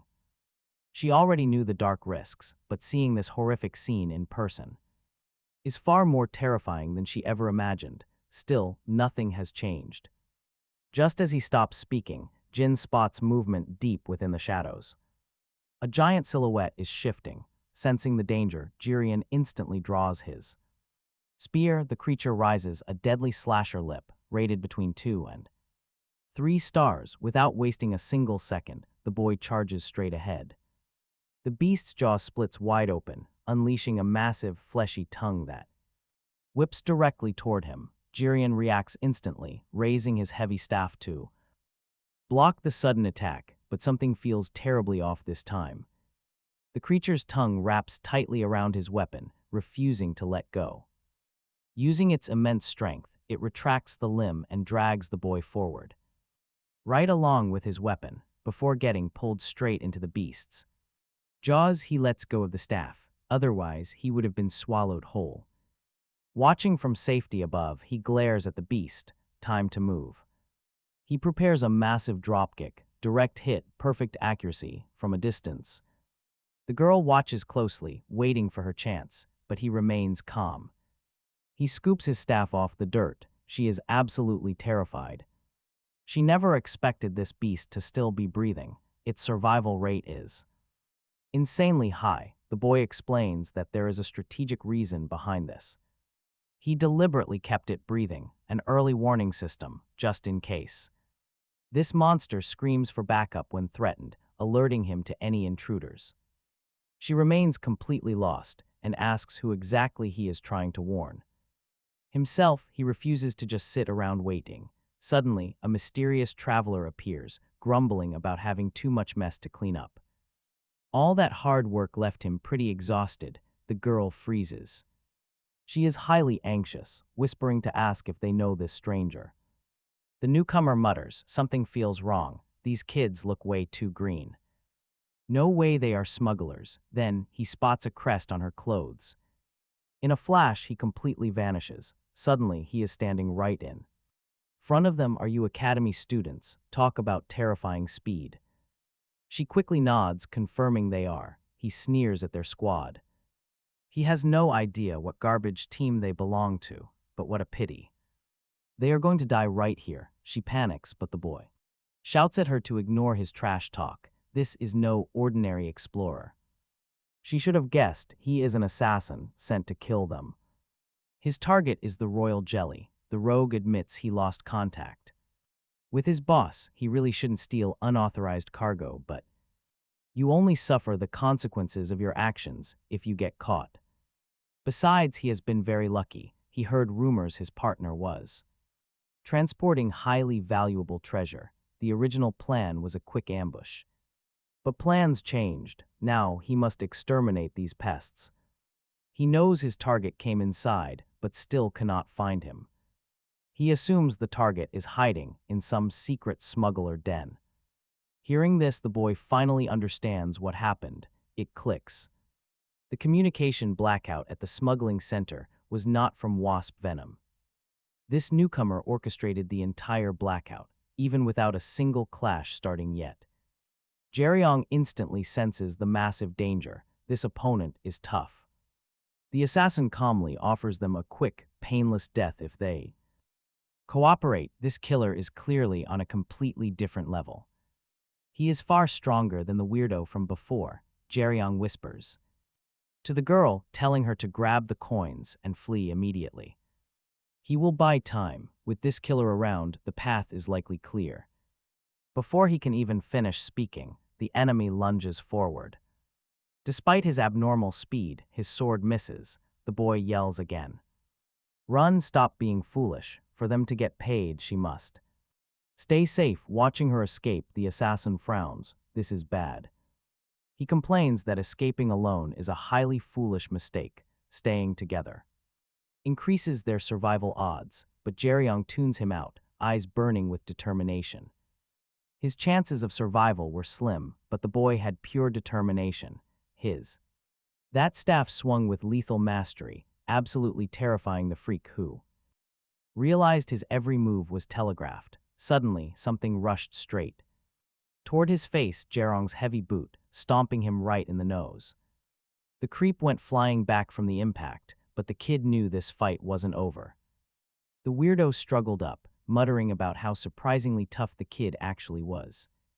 He admitted he'd underestimated them because of their age, but now things change. He is ready to unleash his gear, recognizing the kid's elite skill level. He had to end this fast. Meet Yang Dojin, a gold-class adventurer.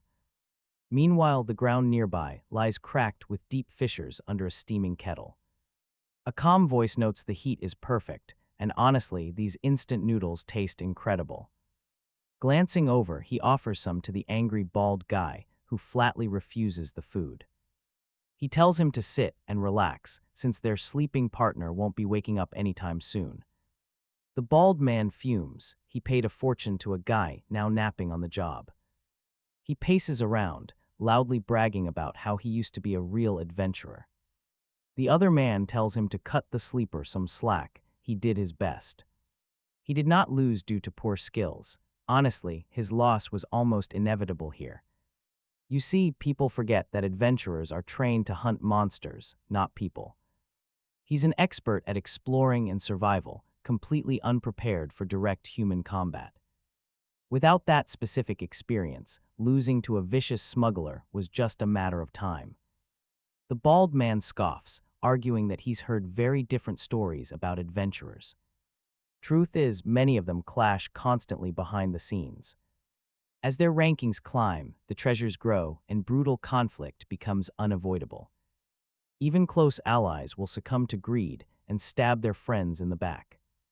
Hearing this, the bald man struggles to accept that they actually murder each other. But think about it, who is going to stop them? There are zero rules out there. Deep inside a dungeon, you just blame a monster. You don't even need an alibi.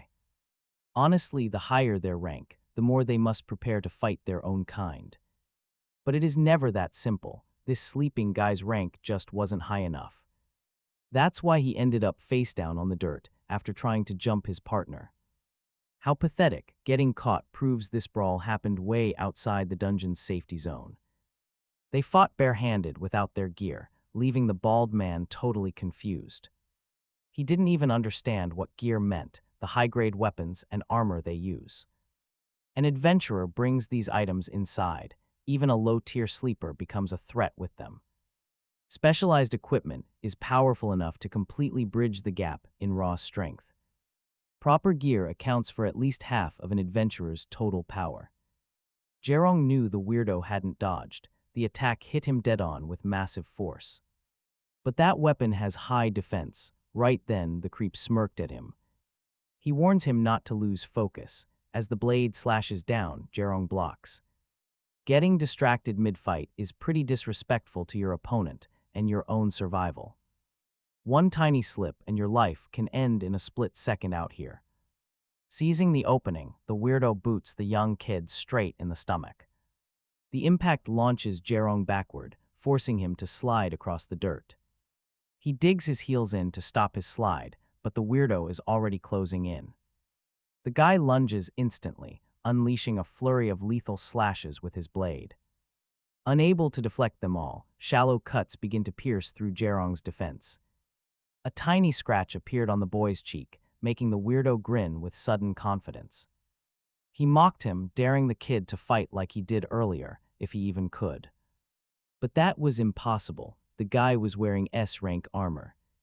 This high-tier shadow jacket uses blood to increase physical defense. It also boosts strength, and right now, the creep was fighting like a total berserker. Finding an opening would be incredibly tough, but not impossible. One bad move, the kid would end up dead without a doubt. The clash dragged on as the lunatic completely lost control, swinging wildly. He aimed a rapid slice right at the kid's stomach, forcing him to panic.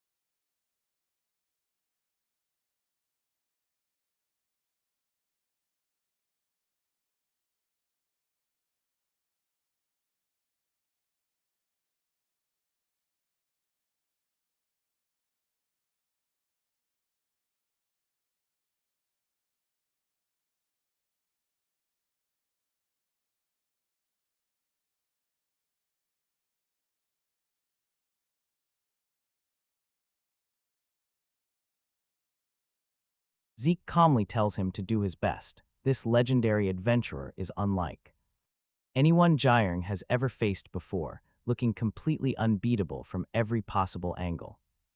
Ready to attack, the boy hesitates. He realizes there is no need to hold back against a rancor, so Jerong begins planning his opening move. Channeling his raw aura, he launches into a swift charge.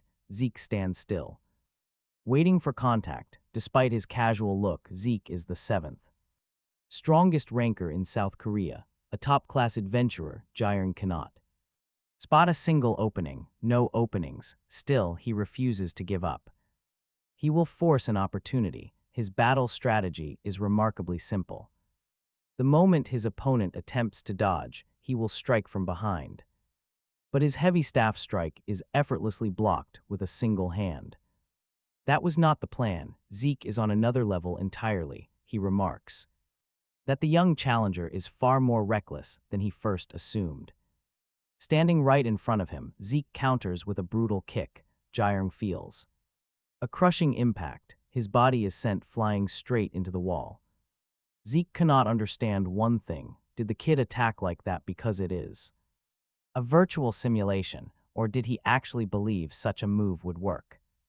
Either way, it was a foolish move. Zeke casually uses his foot to kick the staff straight back to Jerong. He is still conscious, but had lost his only weapon. This humiliating moment forces Jerong to stay focused. Zeke is patient, but he has been lenient with these bad choices. One more mistake, and Zeke promises to make Jerong regret ever becoming an adventurer. Shifting his feet, the rancor assumes a serious offensive stance. Jerong does not know why, but he senses Zeke holds a grudge. He does not take it personally, lunging forward to strike once more. Zeke assumes the attack will follow the exact same predictable pattern. However, Jerong suddenly plants his foot firmly on the ground, changing direction. This clever move instantly puts the high rancor on maximum alert. Suddenly, a double strike comes rushing forward to catch him off guard. But a surprise ranged attack is still not enough to defeat Zeke. Jerong knows his opponent wants more, which is perfect since the real fight is just starting. His weapon begins to glow with a brilliant blue light. Unsure of what the boy will pull off next, Zeke prepares himself. Another wave of rapid strikes descends. Unleashing his aura, Zeke admits it is quite impressive. Clenching his fists, he poised himself to deflect every single incoming blow. From the observation room above, the employee watches the intense battle unfold. This is a clash of pros, high-level technical warfare. Looking at this, it is hard to believe he has no school. He is far from perfect, not even close, Serum wants to know. She wants to know his major weakness. It holds him back, quite a lot. Supposedly, Serum is far superior. She wonders what that weakness is. Especially since he is currently fighting Zeke on equal footing. Now she is curious. Suddenly, JR barely dodges a massive blow. The punch almost shatters his face. The watching staff grow worried. JR loses his footing completely. Heavy hits rain down. He is in agony. Struggling to block the incoming strikes, still, he summons his remaining strength. He swings his staff in a wide, desperate arc, forcing his opponent back. Zeke notes that JR managed to keep his grip on the weapon. But Zeke is too fast. His heavy fist slams right into JR's gut. JR crashes hard against the wall. The watching director is incredibly sharp. And she can tell Zeke is still holding back. Serum watches closely. Zeke tells him not to feel bad, since this loss was inevitable. Yet watching him struggle is just pathetic. JR lacks any basic training. The staff members completely agree. His natural talent and quick reflexes are undeniable. But he lacks core fundamentals. It is like he never trained. Not once in his entire life, the watching employee feels somewhat disappointed. With proper basics, his overall potential would be terrifyingly high. Serum remembers JR telling her he never had a teacher. Meanwhile, Zeke says he has met plenty of naturally gifted fighters who refuse to polish their skills, but Serum knows he is different, very different. Zeke actually gives him a little credit for his effort, but he still strongly advises JR to surrender. Going on raw talent alone means death. Struggling to his feet, JR snaps back that Zeke has absolutely no idea. He is tired of the arrogant lecture. Zeke treats him like a slacker. But get this, Zeke is shocked. His previous strike was meant to end it. JR does not care about winning or losing. He wants one more round. Now he is going to show the elf the true fruits of his hard labor. The watching staff wonder what they are doing. This persistent drive is amusing, especially since they already have more than enough combat data. Serum tries to step in, telling JR that he can stop now. There is no need to keep fighting, but Zeke remains unbothered. He warns JR that no matter what tricks he tries, the outcome will never change. Zeke assumes the boy is just desperate for some validation from him. But honestly, that is not what JR is after at all. He is incredibly irritated, and his only goal is to smash this smug elf. With no mentor, he had to learn how to fight completely on his own. Yet he did not fail. His raw instincts are truly phenomenal. That raw gift allowed him to bypass traditional training entirely. Plus, his massive field experience lets him adapt to any battlefield situation. He made insane progress, but he never let it get to his head. In fact, he was usually deeply disappointed by the frauds who boasted about themselves. All his previous opponents were weaker than him, but this elf is on a different level. Zeke wants to strike Jerong so hard that the boy won't even feel it. He is a monster far beyond Jerong's reach, exhaling a dense, terrifying aura. Instantly, the boy realizes that the elf is finally taking him seriously. Facing a true challenger makes Jerong's blood boil with excitement. Jerong's blood boils, as the employee calls this fight pure madness. No one understands why the director is acting so strangely, but Seram noticed. She sees his stance has changed, noting his posture and weight distribution. His aggressive stance transforms Jerong into a completely different person. Taking a deep breath, Jerong prepares himself and lets out a calm sigh. He initiates his strike, determined to make this exchange very different. Unbelievable, Jerong unleashes an intense blow, grazing the legendary ranker's cheek. With his cheek cut, the stunned employee cannot believe Jerong's incredible speed. His attack pattern is totally new, yet Zeke still effortlessly evades everything. Although Jerong's movements are still simple and unpolished, they are incredibly effective. He leaves absolutely zero openings, leaving Seram wondering who could have taught him. His technique is phenomenal, and Jerong only wants to overpower this mighty elf. He remembers the legendary fighter he closely observed and imitated during his childhood. Jerong copied those movements perfectly, but Zeke finally catches the staff mid-swing. Zeke unleashes a swift counterattack, but Jerong manages to guard against it. Once a boy happily imitating martial arts, he now faces his strongest opponent yet. Facing this legendary monster, Jerong is absolutely determined to win this fight. Jerong's childhood idol found his passion amusing, and now Zeke presses forward. Zeke connects with a solid blow, slightly intrigued by the boy's resilience. But Zeke's next move misses as Jerong narrowly dodges the fast strike. Driven by excitement, Jerong instantly swings his staff to launch his counterattack. Jerong watches with supreme confidence, fully trusting in his newly unlocked potential. He recalls his father patting his head with pride and deep admiration. Jerong's current strike is incredibly devastating, forcing Zeke to quickly jump back. The moment Zeke lands, an opening will appear for Jerong to strike. Jerong is determined to deliver the ultimate blow Zeke has been seeking. Knowing he cannot dodge, Zeke charges straight toward Jerong to end this. Spectators watch in absolute awe as heavy smoke rises from the arena. That clash was the final blow, ending the spectacular match right there. Zeke wonders if Jerong's choice of style was simply a matter of pride. Smiling weakly, Jerong admits that it is not pride, but his only real option. He simply copied all he could memorize, leading to a brutal defeat. Despite taking a brutal beating in the end, Jerong performed well and earned Zeke's respect. Zeke is notoriously unpopular due to his personality, but his power is undeniable. No one can question his strength. Zeke reaches his hand out to Jerong. Placing his hand over Jerong's face, Zeke channels a warm, glowing aura. Seeing Seram's worried expression, Zeke reassures her that the boy is fine. He completely healed Jerong's wounds, then asks Seram to confirm the boy's name. He wants to know if this kid is indeed Jerong. As a top 10 ranker, Zeke is stunned. He did not expect to find such a hidden gem in this arena.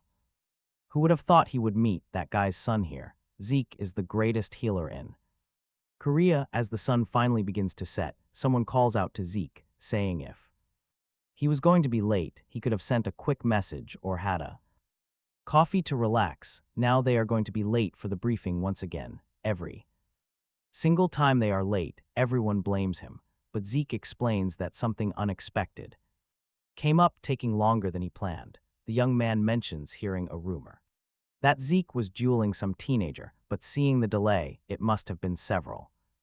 Suddenly, he looks closer at the healer's face and freezes. Right there is a tiny scratch on his cheek. Looking even closer, his shock only deepens, catching Zeke's attention. He demands to know if that mark on his cheek is an actual cut. Slightly annoyed, Zeke asks what else it could possibly be, but the guy remains speechless. To think a teenager who is only 16, preparing for school, managed that, but Zeke corrects him, stating the boy is 17 and intends to apply during the winter admission. That brutal exam actually exists, though nobody has passed it in the last 3 years. Still, this kid has a real shot. Scratching Zeke is no minor feat. This rising generation is becoming genuinely scary, but Zeke shrugs it off, warning against comparing humans to elves, insisting the teenager is no different from any other talented rookie. But Kang firmly disagrees. After all, he is ranked 19th in the prestigious Black class, serving as the leader of the Knicks Vanguard squad. He holds the advantage in both raw talent and combat experience. Besides, he is only 21. Having finished his schooling just 18 months ago, Zeke can only sigh at his arrogance. He points out he has never seen that fancy car before, and Kang replies he rarely splurges, so he treats himself sometimes. Meanwhile, Jerong is still resting on a stretcher. After a short while, he slowly sits up and examines his hands. Every single injury is completely gone. On top of that, he feels absolutely no pain at all. Seram notices and smiles, glad to see him finally awake. She asks what he was thinking, taking on a fight he could not possibly win. But he explains it wasn't like that. He was just angry since the other guy started. Still, she cannot comprehend why her uncle went out of his way to fight him. Jerong asks if they are actually related, and she confirms they are. He is her maternal uncle. Seeing Jerong go quiet, she grows curious, but he quickly brushes it off. He notes that the two of them seem quite close, evident from how protective he is, but she is confused about how he reached that conclusion. Jerong stands by his observation. Anyone could easily sense the man's worry about some random stranger taking advantage of his beloved niece. Honestly, you cannot blame him, but she insists her uncle is not that soft, describing him as incredibly strict instead. Just then, an academy staff member enters. Relieved to see him sitting up, she gently asks if he is still hurting.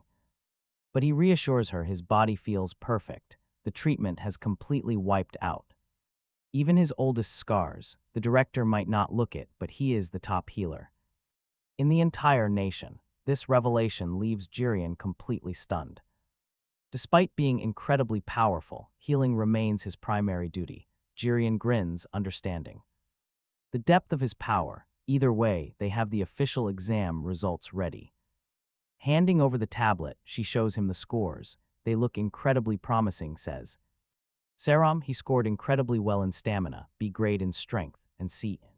He stares at the intelligence data, asking if his stats are really that good, but she instantly yells at him to shut up, leaving the staff member doubting his readiness for school. Honestly, to become an elite explorer, you need at least a few B-minus skill ratings. But more than anything, having balanced stats is absolutely crucial for survival. There is 0 point in being fast if your stamina is completely bottomed out.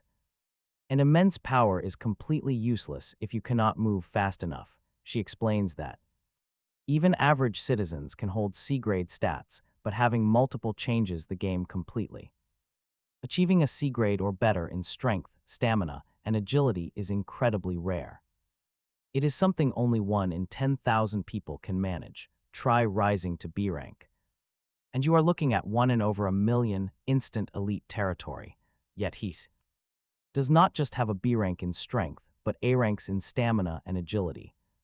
His stats are ridiculously high. As a freshman, he is already rivaling that absolute monster. Now watch, she looks right at him and asks if he wants to hear a secret. It turns out the opponent he just battled does not have any stat above A rank. See, raw stats only represent potential. They do not translate directly to practical skill. Having good stats is fine, but the real gap is bridged by serious training. But training isn't the only factor. There are also things you simply cannot measure.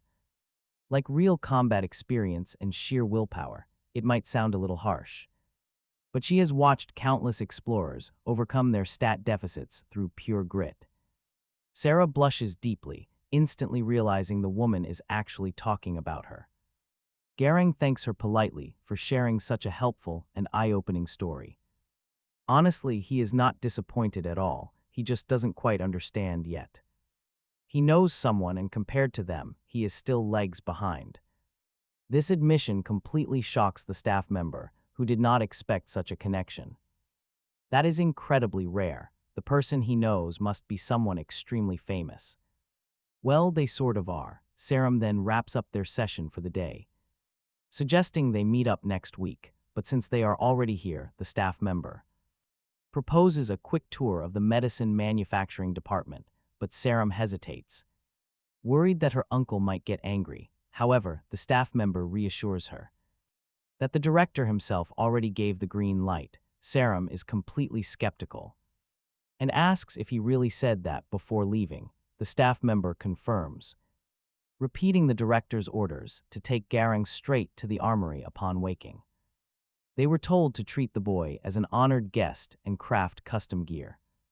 A custom weapon made regardless of cost. Sarah can barely believe her ears. Premium gear is the ultimate dream for any explorer, no matter how talented. If your equipment is garbage, it simply cannot handle your high-level power output. As an adventurer refines their skills, they require much stronger gear to match. Hearing all this, Jerong is still completely lost about what is happening. He wonders why he even needs combat gear yet, since he is just heading to school. But Sarah corrects him immediately. The boy innocently assumes the academy will provide standard equipment to all its students. Hearing that, the others are speechless. Sarah realizes she forgot to explain how things work in a normal school. His naive assumption would be totally correct. Every academy enforces its own rules regarding what gear is allowed. Jerong assumed the elite warrior school was no different, expecting them to provide everything, but Sarah explains it is not about funding. This school has a different philosophy. Talent and skill are two very different things.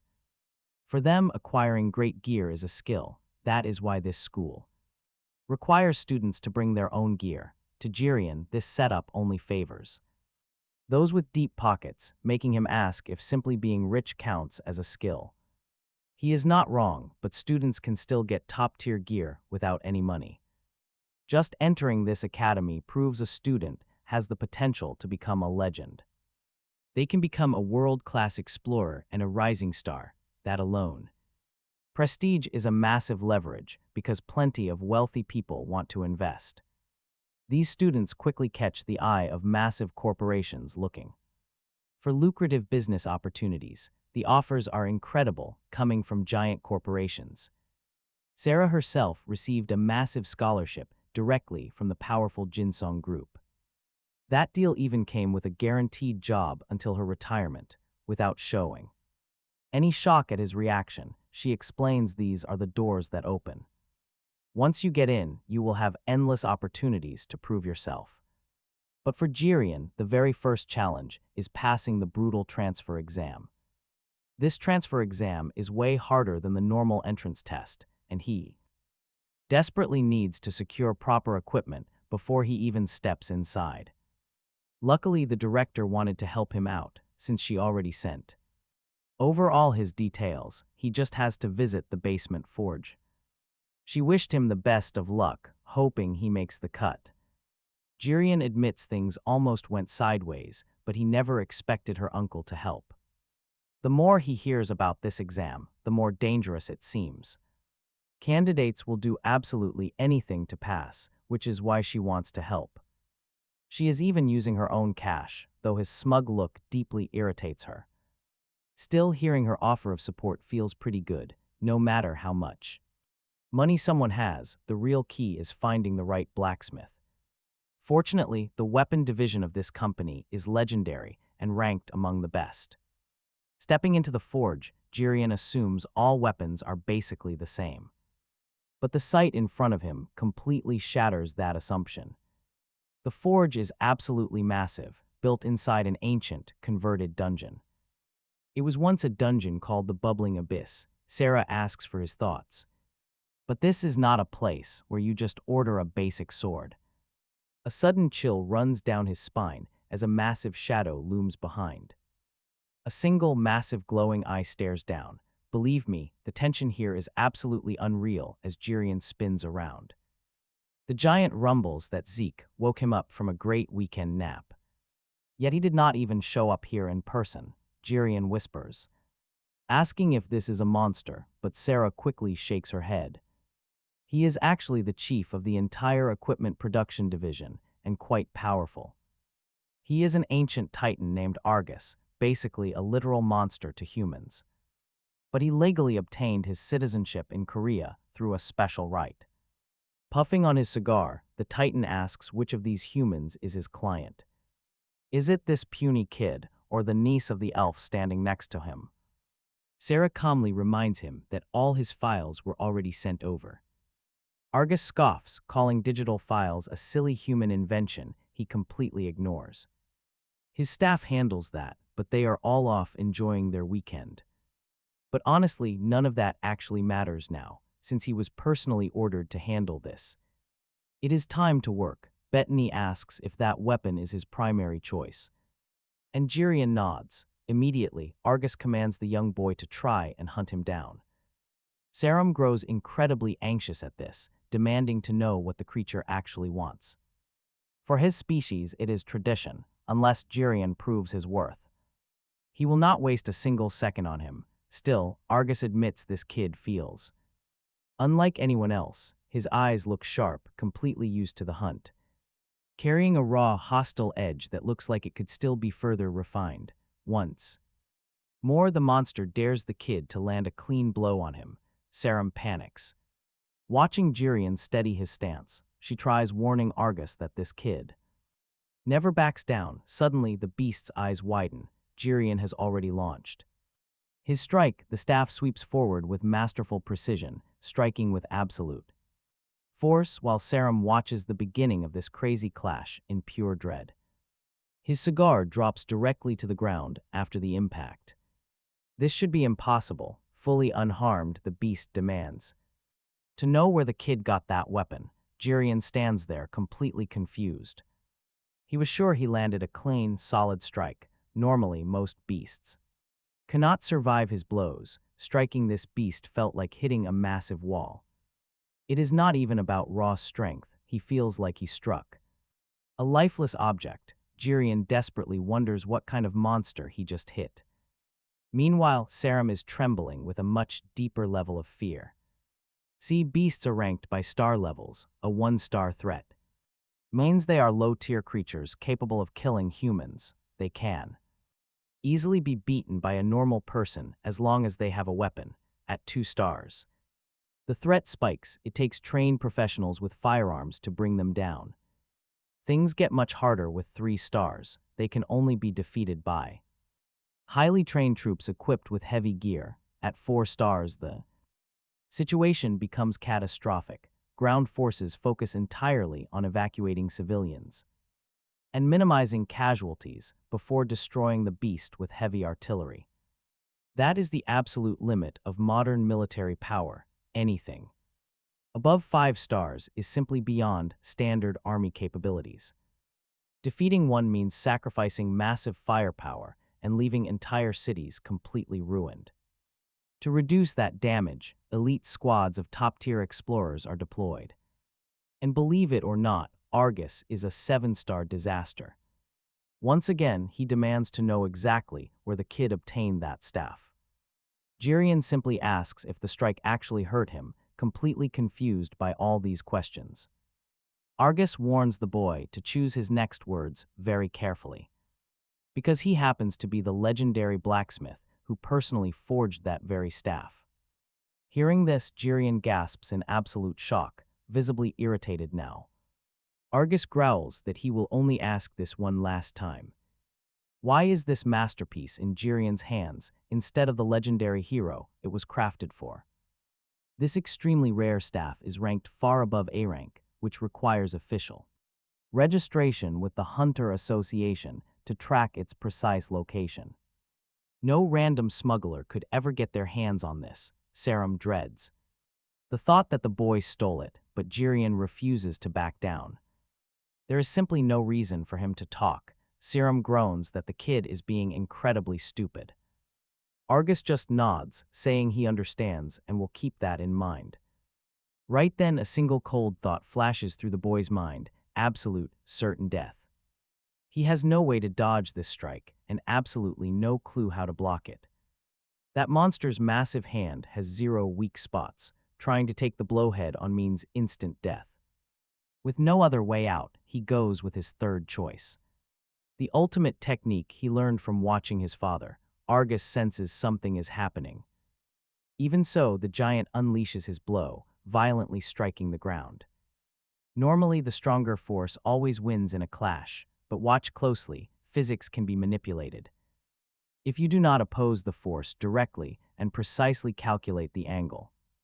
While winning is completely impossible, redirecting the impact actually is. Serum stares in absolute disbelief. The kid actually managed to dodge her titan. A strike from a 7-star beast, completely evaded. Argus waits for his next move. The boy knows his only shot is using the needle to stab the giant's single eye. But before he can even get close, those massive prosthetic fingers snatch him up. Argus pulls him right up to his face. The boy is completely pinned. Serum begs Argus to stop, arguing that while the boy seems highly suspicious, he still has absolutely no right to attack a human and must face the consequences.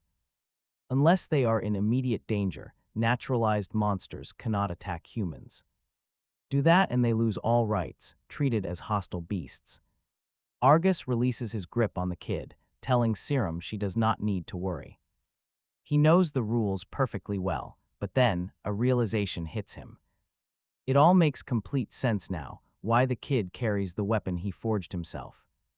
Argus actually apologizes, admitting the boy has every right to carry it. In fact, he promises he will personally make up for his reckless mistake.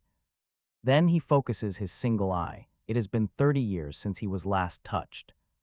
By any attack, Serum is utterly confused, having no idea what he means. Argus asks if they even know why he chooses to work for humans now. She assumes it was because a special squad captured him 30 years ago. But Argus scoffs. He finds it hilarious that humans spread such fake rumors. No squad could have ever touched him. The one who brought him down was a single man. A lone warrior who sliced off his hand and spared his life when he could have ended it. The boy listens quietly as Argus tells the story, their eyes locking. Argus has always been a terrifying force, ready to battle any hunter who crossed him. Back then, he wielded a massive battle axe, but his opponent was the boy's father. The hunter who defeated him. Ancient titans are the absolute strongest of all giants. They live for centuries, and fewer than 10 are even known to exist. Their physical might is beyond comprehension, but they have another famous trait. Known as master blacksmiths, they forge weapons with incredible magical powers and artifacts. It is a divine gift they are born with. The only ones close to them are the dwarves. Unlike the Titans, however, the dwarves chose to live alongside humanity. The proud Titans, on the other hand, viewed humans as completely unworthy. But 30 years ago, during the raid on Argus, everything changed at his forge. Guarding the entrance was a 4-star automaton colossus. Meanwhile, the squad checks their comms. The connection to headquarters is completely dead, and all magical communication is blocked. The signal is dead, blocked. Fear instantly takes over. A voice screams to brace for impact as the colossus attacks. No mercy, the shield-bearer tries desperately to block the brutal strike. He pours in all his strength. Behind the machine, she waits. One split-second opening, she has to seize it right now. Her sword strikes precisely, but the heavy helmet deflects it. Absolute disaster. Her blade is useless. It cannot pierce this heavy steel. The automaton is unfazed. It prepares to strike back immediately. A massive shield bash sends her flying, slamming hard into the wall. This is bad, far worse than anything they ever expected. The Epic squad is elite, but this bubbling abyss is different. They are being completely wiped out, destructive and absolute. 7 colossi defeated, yet another Titan spawns immediately, no end in sight. If the second squad fails like this, everyone is going to die. Flee, the shield-bearer orders his team to run, choosing survival over victory. They will not all survive this dungeon. Suddenly, the giant automaton swings. A heavy blade sweeps down. The young warrior reacts in a flash. He blocks it. His special ability burns his own energy to survive. It boosts his physical attributes, but the drawback is insanely heavy. It leaves him paralyzed. Still, he manages to parry the sword. He activates his push skill, knocking the massive robot off balance. But he is burning his life away. This is a desperate gamble. He already accepted their fate. Not everyone is getting out alive anyway.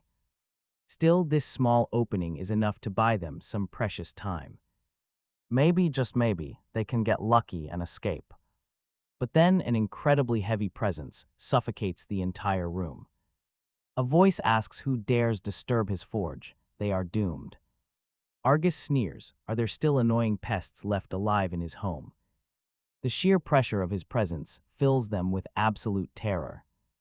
Flee, the captain screams for them to escape this very second. With the tiny shred of strength he has left, he charges Argus. All he wanted was to buy some time, but the Titan swats him away. Incinerated, he is gone. There was absolutely nothing he could do. To Argus, they are trash. Their bodies and their gear are worthless. A world ruled by such weaklings is destined to burn. He looks down. The last survivor is a trembling young mage. Even while shaking with fear, the boy still holds his staff. But loyalty means nothing now. He cannot fight this colossal god. The leader was wiped out instantly, so what can a kid do? A man appears, casually complaining that he warned them about this place. If they had gathered intel slowly, they would have been prepared. Rushing a dungeon just to clear it is completely pointless. Who is this? He is a rescue volunteer, sent after they received the distress call. He has massive armor, but complains that it is way too heavy. The terrified mage stares at him. Did this guy seriously come alone? He finally made it. The automaton prepares to strike the intruder, and a loud screech echoes through the forge's narrow corridors. The young boy is absolutely terrified. While the man calmly notes they are pretty strong, back then nobody really knew him. He was a nobody, yet he sliced the monster's arm clean off. With ease, soon the first-generation explorers started whispering his name. Fame was never his goal. He just saved people, but today changed everything. The ultimate beginning. Now San steps up to finish the automaton. One swing, he easily splits the metal beast completely in half. That Shocking show of strength catches Arya's eye. Watching him closely, Cyan realizes this fight will be a lot tougher. That day, the world finally learned who this warrior was. The force of his blow literally dims the dungeon's lights. The mage watches in absolute disbelief. Their whole squad struggled to even scratch this giant, yet San crushed it in one single move. San asks the mage if he has any mana left. The mage replies he is running incredibly low, but can manage a quick blessing. San waves it off and asks instead if he knows any levitation spells to carry the other two wounded out. They are severely hurt, still breathing though. Suddenly, Argus scoffs at such arrogance. It is almost like this human genuinely believes they can actually escape alive. San warns that he won't let Argus touch anyone. While he still stands, this completely infuriates the massive titan. Without wasting another second, he unleashes a devastating strike, but San reacts with absolute precision. His surrounding aura is absolutely crushing as their blades collide with massive force. Echoing down the chamber, fleeing the scene, the terrified mage looks back. 10 years after the Great Awakening, modern adventurers had hit a massive wall. They possessed incredible superhuman strength, and their gear had advanced significantly, perfectly adapting to every fighter. Yet, despite having top-tier status and gear, they still severely lacked actual combat experience and execution. The only solution lay in self-development, a unique martial art defying all common logic. Back then, very few recognized its potential, but they quietly began researching these techniques. Argus takes a direct hit. His heavy armor protects him. San delivers another blow. He has truly mastered this dangerous art. The mage cheers, dead. He thinks the fight is finally over. But his relief quickly fades. Argus notes that this human is completely different. Knowing exactly how to utilize the weapon in his hands, if only his current axe could handle even half of his monstrous strength, the outcome would be entirely different. Look at that. His axe edge has completely melted. He simply cannot afford top-tier gear yet, and this is not the first time his weapon has failed. He quickly glances back to check on the survivors.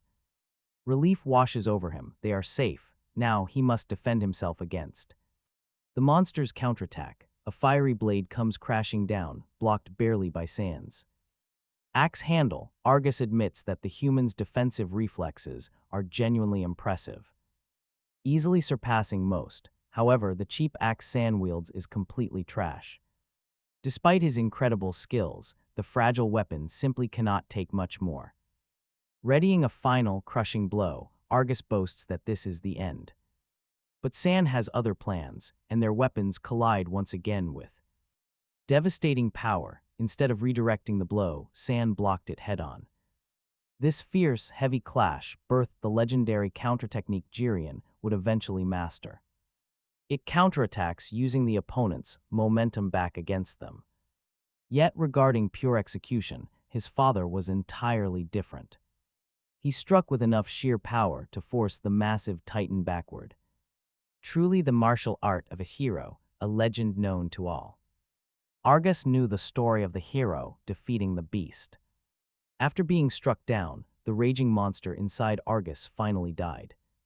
His defeated life was spared by the scientists who chose not to kill him. What the elite squad failed to do, one rescue worker accomplished alone. It was a wild, almost ridiculous ending to a grand saga. But the real story begins right after. Proud titans never bow to inferiors. Even so, Argus accepted being exiled by humans. Sarum remembers the massive shockwaves this event sent across the world. Eventually, he gained citizenship because he had never taken a life. Still, past crimes remain, and to atone, he was given a task. He was assigned to forge equipment, but this tale is entirely new. This history was completely different from what she had previously learned. Argus revealed that San's staff was forged as a special gift. Though his father never asked, the Titan felt he deserved it. San always knew the staff was incredibly solid, but nothing more. Because they thought it was useless, they never even pawned it. And honestly, it is only good for simple brute bashing. That answer was definitely not what they had expected to hear. Meanwhile, San is still entirely fixated on the mention of pawning. Argus explained it simply, asking if his father used it. Argus would have forged a proper axe once blade materials arrived. But contact was lost, and trapped in the dungeon, he sent it. He decided to send the unfinished shaft directly to the father. He assumed the legendary weapon would never be fully finished now. But that turns out to be a good thing, actually. He asks for the incomplete weapon back so he can finish it. This time it will be forged specifically for the sun. While the Titan begins his work, they return to the upper floors. Serum looks at him, curious about how he is feeling. He feels fine, knowing the Titan just wanted to reassure him. He is determined to finish the weapon as quickly as possible. True masterpieces take time, so they must wait patiently. Since Wednesday is a holiday, she asks if he is free. She offers to help him study for the upcoming written test. He agrees. As they walk, she hesitates, wanting to say more. His father must have been an absolutely incredible person, she says. She never imagined he was the hero who cleared that dungeon. She asks if the retired hero is resting in the hospital. He simply nods, planning to rest up and talk to her later.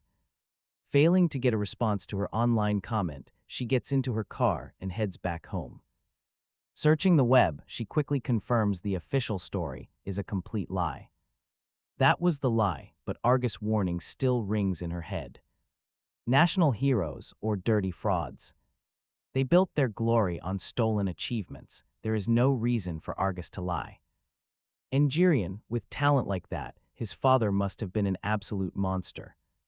Still, dungeons are black boxes. Nobody ever really knows what goes on inside them. History gets rewritten, facts get buried. Take Xiang, for instance, the famous yet entirely fake dragon slayer. He was a superstar in Korea until the truth hit him like a truck. Exposed for blackmail and fake statistics, he confessed to everything after getting injured. One search online brings up articles debunking every single one of his achievements. Now she is stuck, what is real and what is just clean propaganda. Get ready, because the results of the practical exam are finally out at the academy. Down in the dungeon raid department, Professor Cho thanks one of the staff members. She apologizes to instructor Kang, who had to work all weekend because of her. But since it is her very first year, she wants him to observe the freshmen. She admits things are pretty intense at the academy, especially for a new teacher. Not only that, but these freshmen are far more talented than she was back then. She eagerly asks him if he ever expected that specific student to take first place. Kang admits it was a total shock, noting that such results are never easy to predict. Meanwhile, Serum cannot believe the rankings, considering all the geniuses in her class. Interestingly, all of those top students are hybrids, starting with the legendary D.F. Choi. He inherited top-tier swordsmanship from his father, a famous white-class explorer. Combined with elven magic from his mother, he is the perfect magic swordsman. In second place is Anisha, who boasts more mana and control than purebred elves. She has the absolute potential to become an incredibly powerful, top-tier mage. Finally, there is a half-dwarf boy with insane physical strength and dwarven durability. Combined with a human's natural flexibility and reflexes, he has the best of both worlds. This is Tvel Velkason, considered by many to possess the ultimate body on Earth. Even as a student, he is easily just as capable as the other two prodigies. Naturally, the top spot should have gone to one of those three hybrid geniuses. Still, it is pretty hard to believe that Serum achieved all this completely alone. Maybe raw physical stats gave her extra points, but brute strength is not everything. That is why she hopes the top student steps up, showing his potential as a leader. But he seems completely uninterested in forming any connections with his fellow classmates. In fact, his icy demeanor makes the other students pretty hesitant to even approach him. Yet there is a limit to how far a solo fighter can go, as he will soon realize next year. Kang simply tells her that this is not a problem she needs to stress over. Sometimes things naturally resolve themselves, and minor details can easily go completely unnoticed. He knows she cares for the freshman, but the boy will find his own way. And just like that, 4 days fly by, and the holiday weekend finally arrives. In town, a group of boys is busy gossiping about some drama with a girl. But their talk is cut short when one of them bumps hard into a massive giant. Turning around to pick a fight, he definitely was not expecting this absolute mountain. This absolute beast of a bodybuilder is spitting sand from his mouth. The Arnold Classic champion finally opens his mouth to speak, and he apologizes, saying he was just too distracted to notice them on his path. The boys stay terrified, bowing repeatedly as they face this monstrously powerful hunter. Years ago, his mother told him endless stories about her days as an explorer, which sparked his lifelong fascination with Korea, and thanks to an amazing opportunity and his own insane talent, he got in through a special transfer test. But unfortunately, the giant boy is painfully introverted,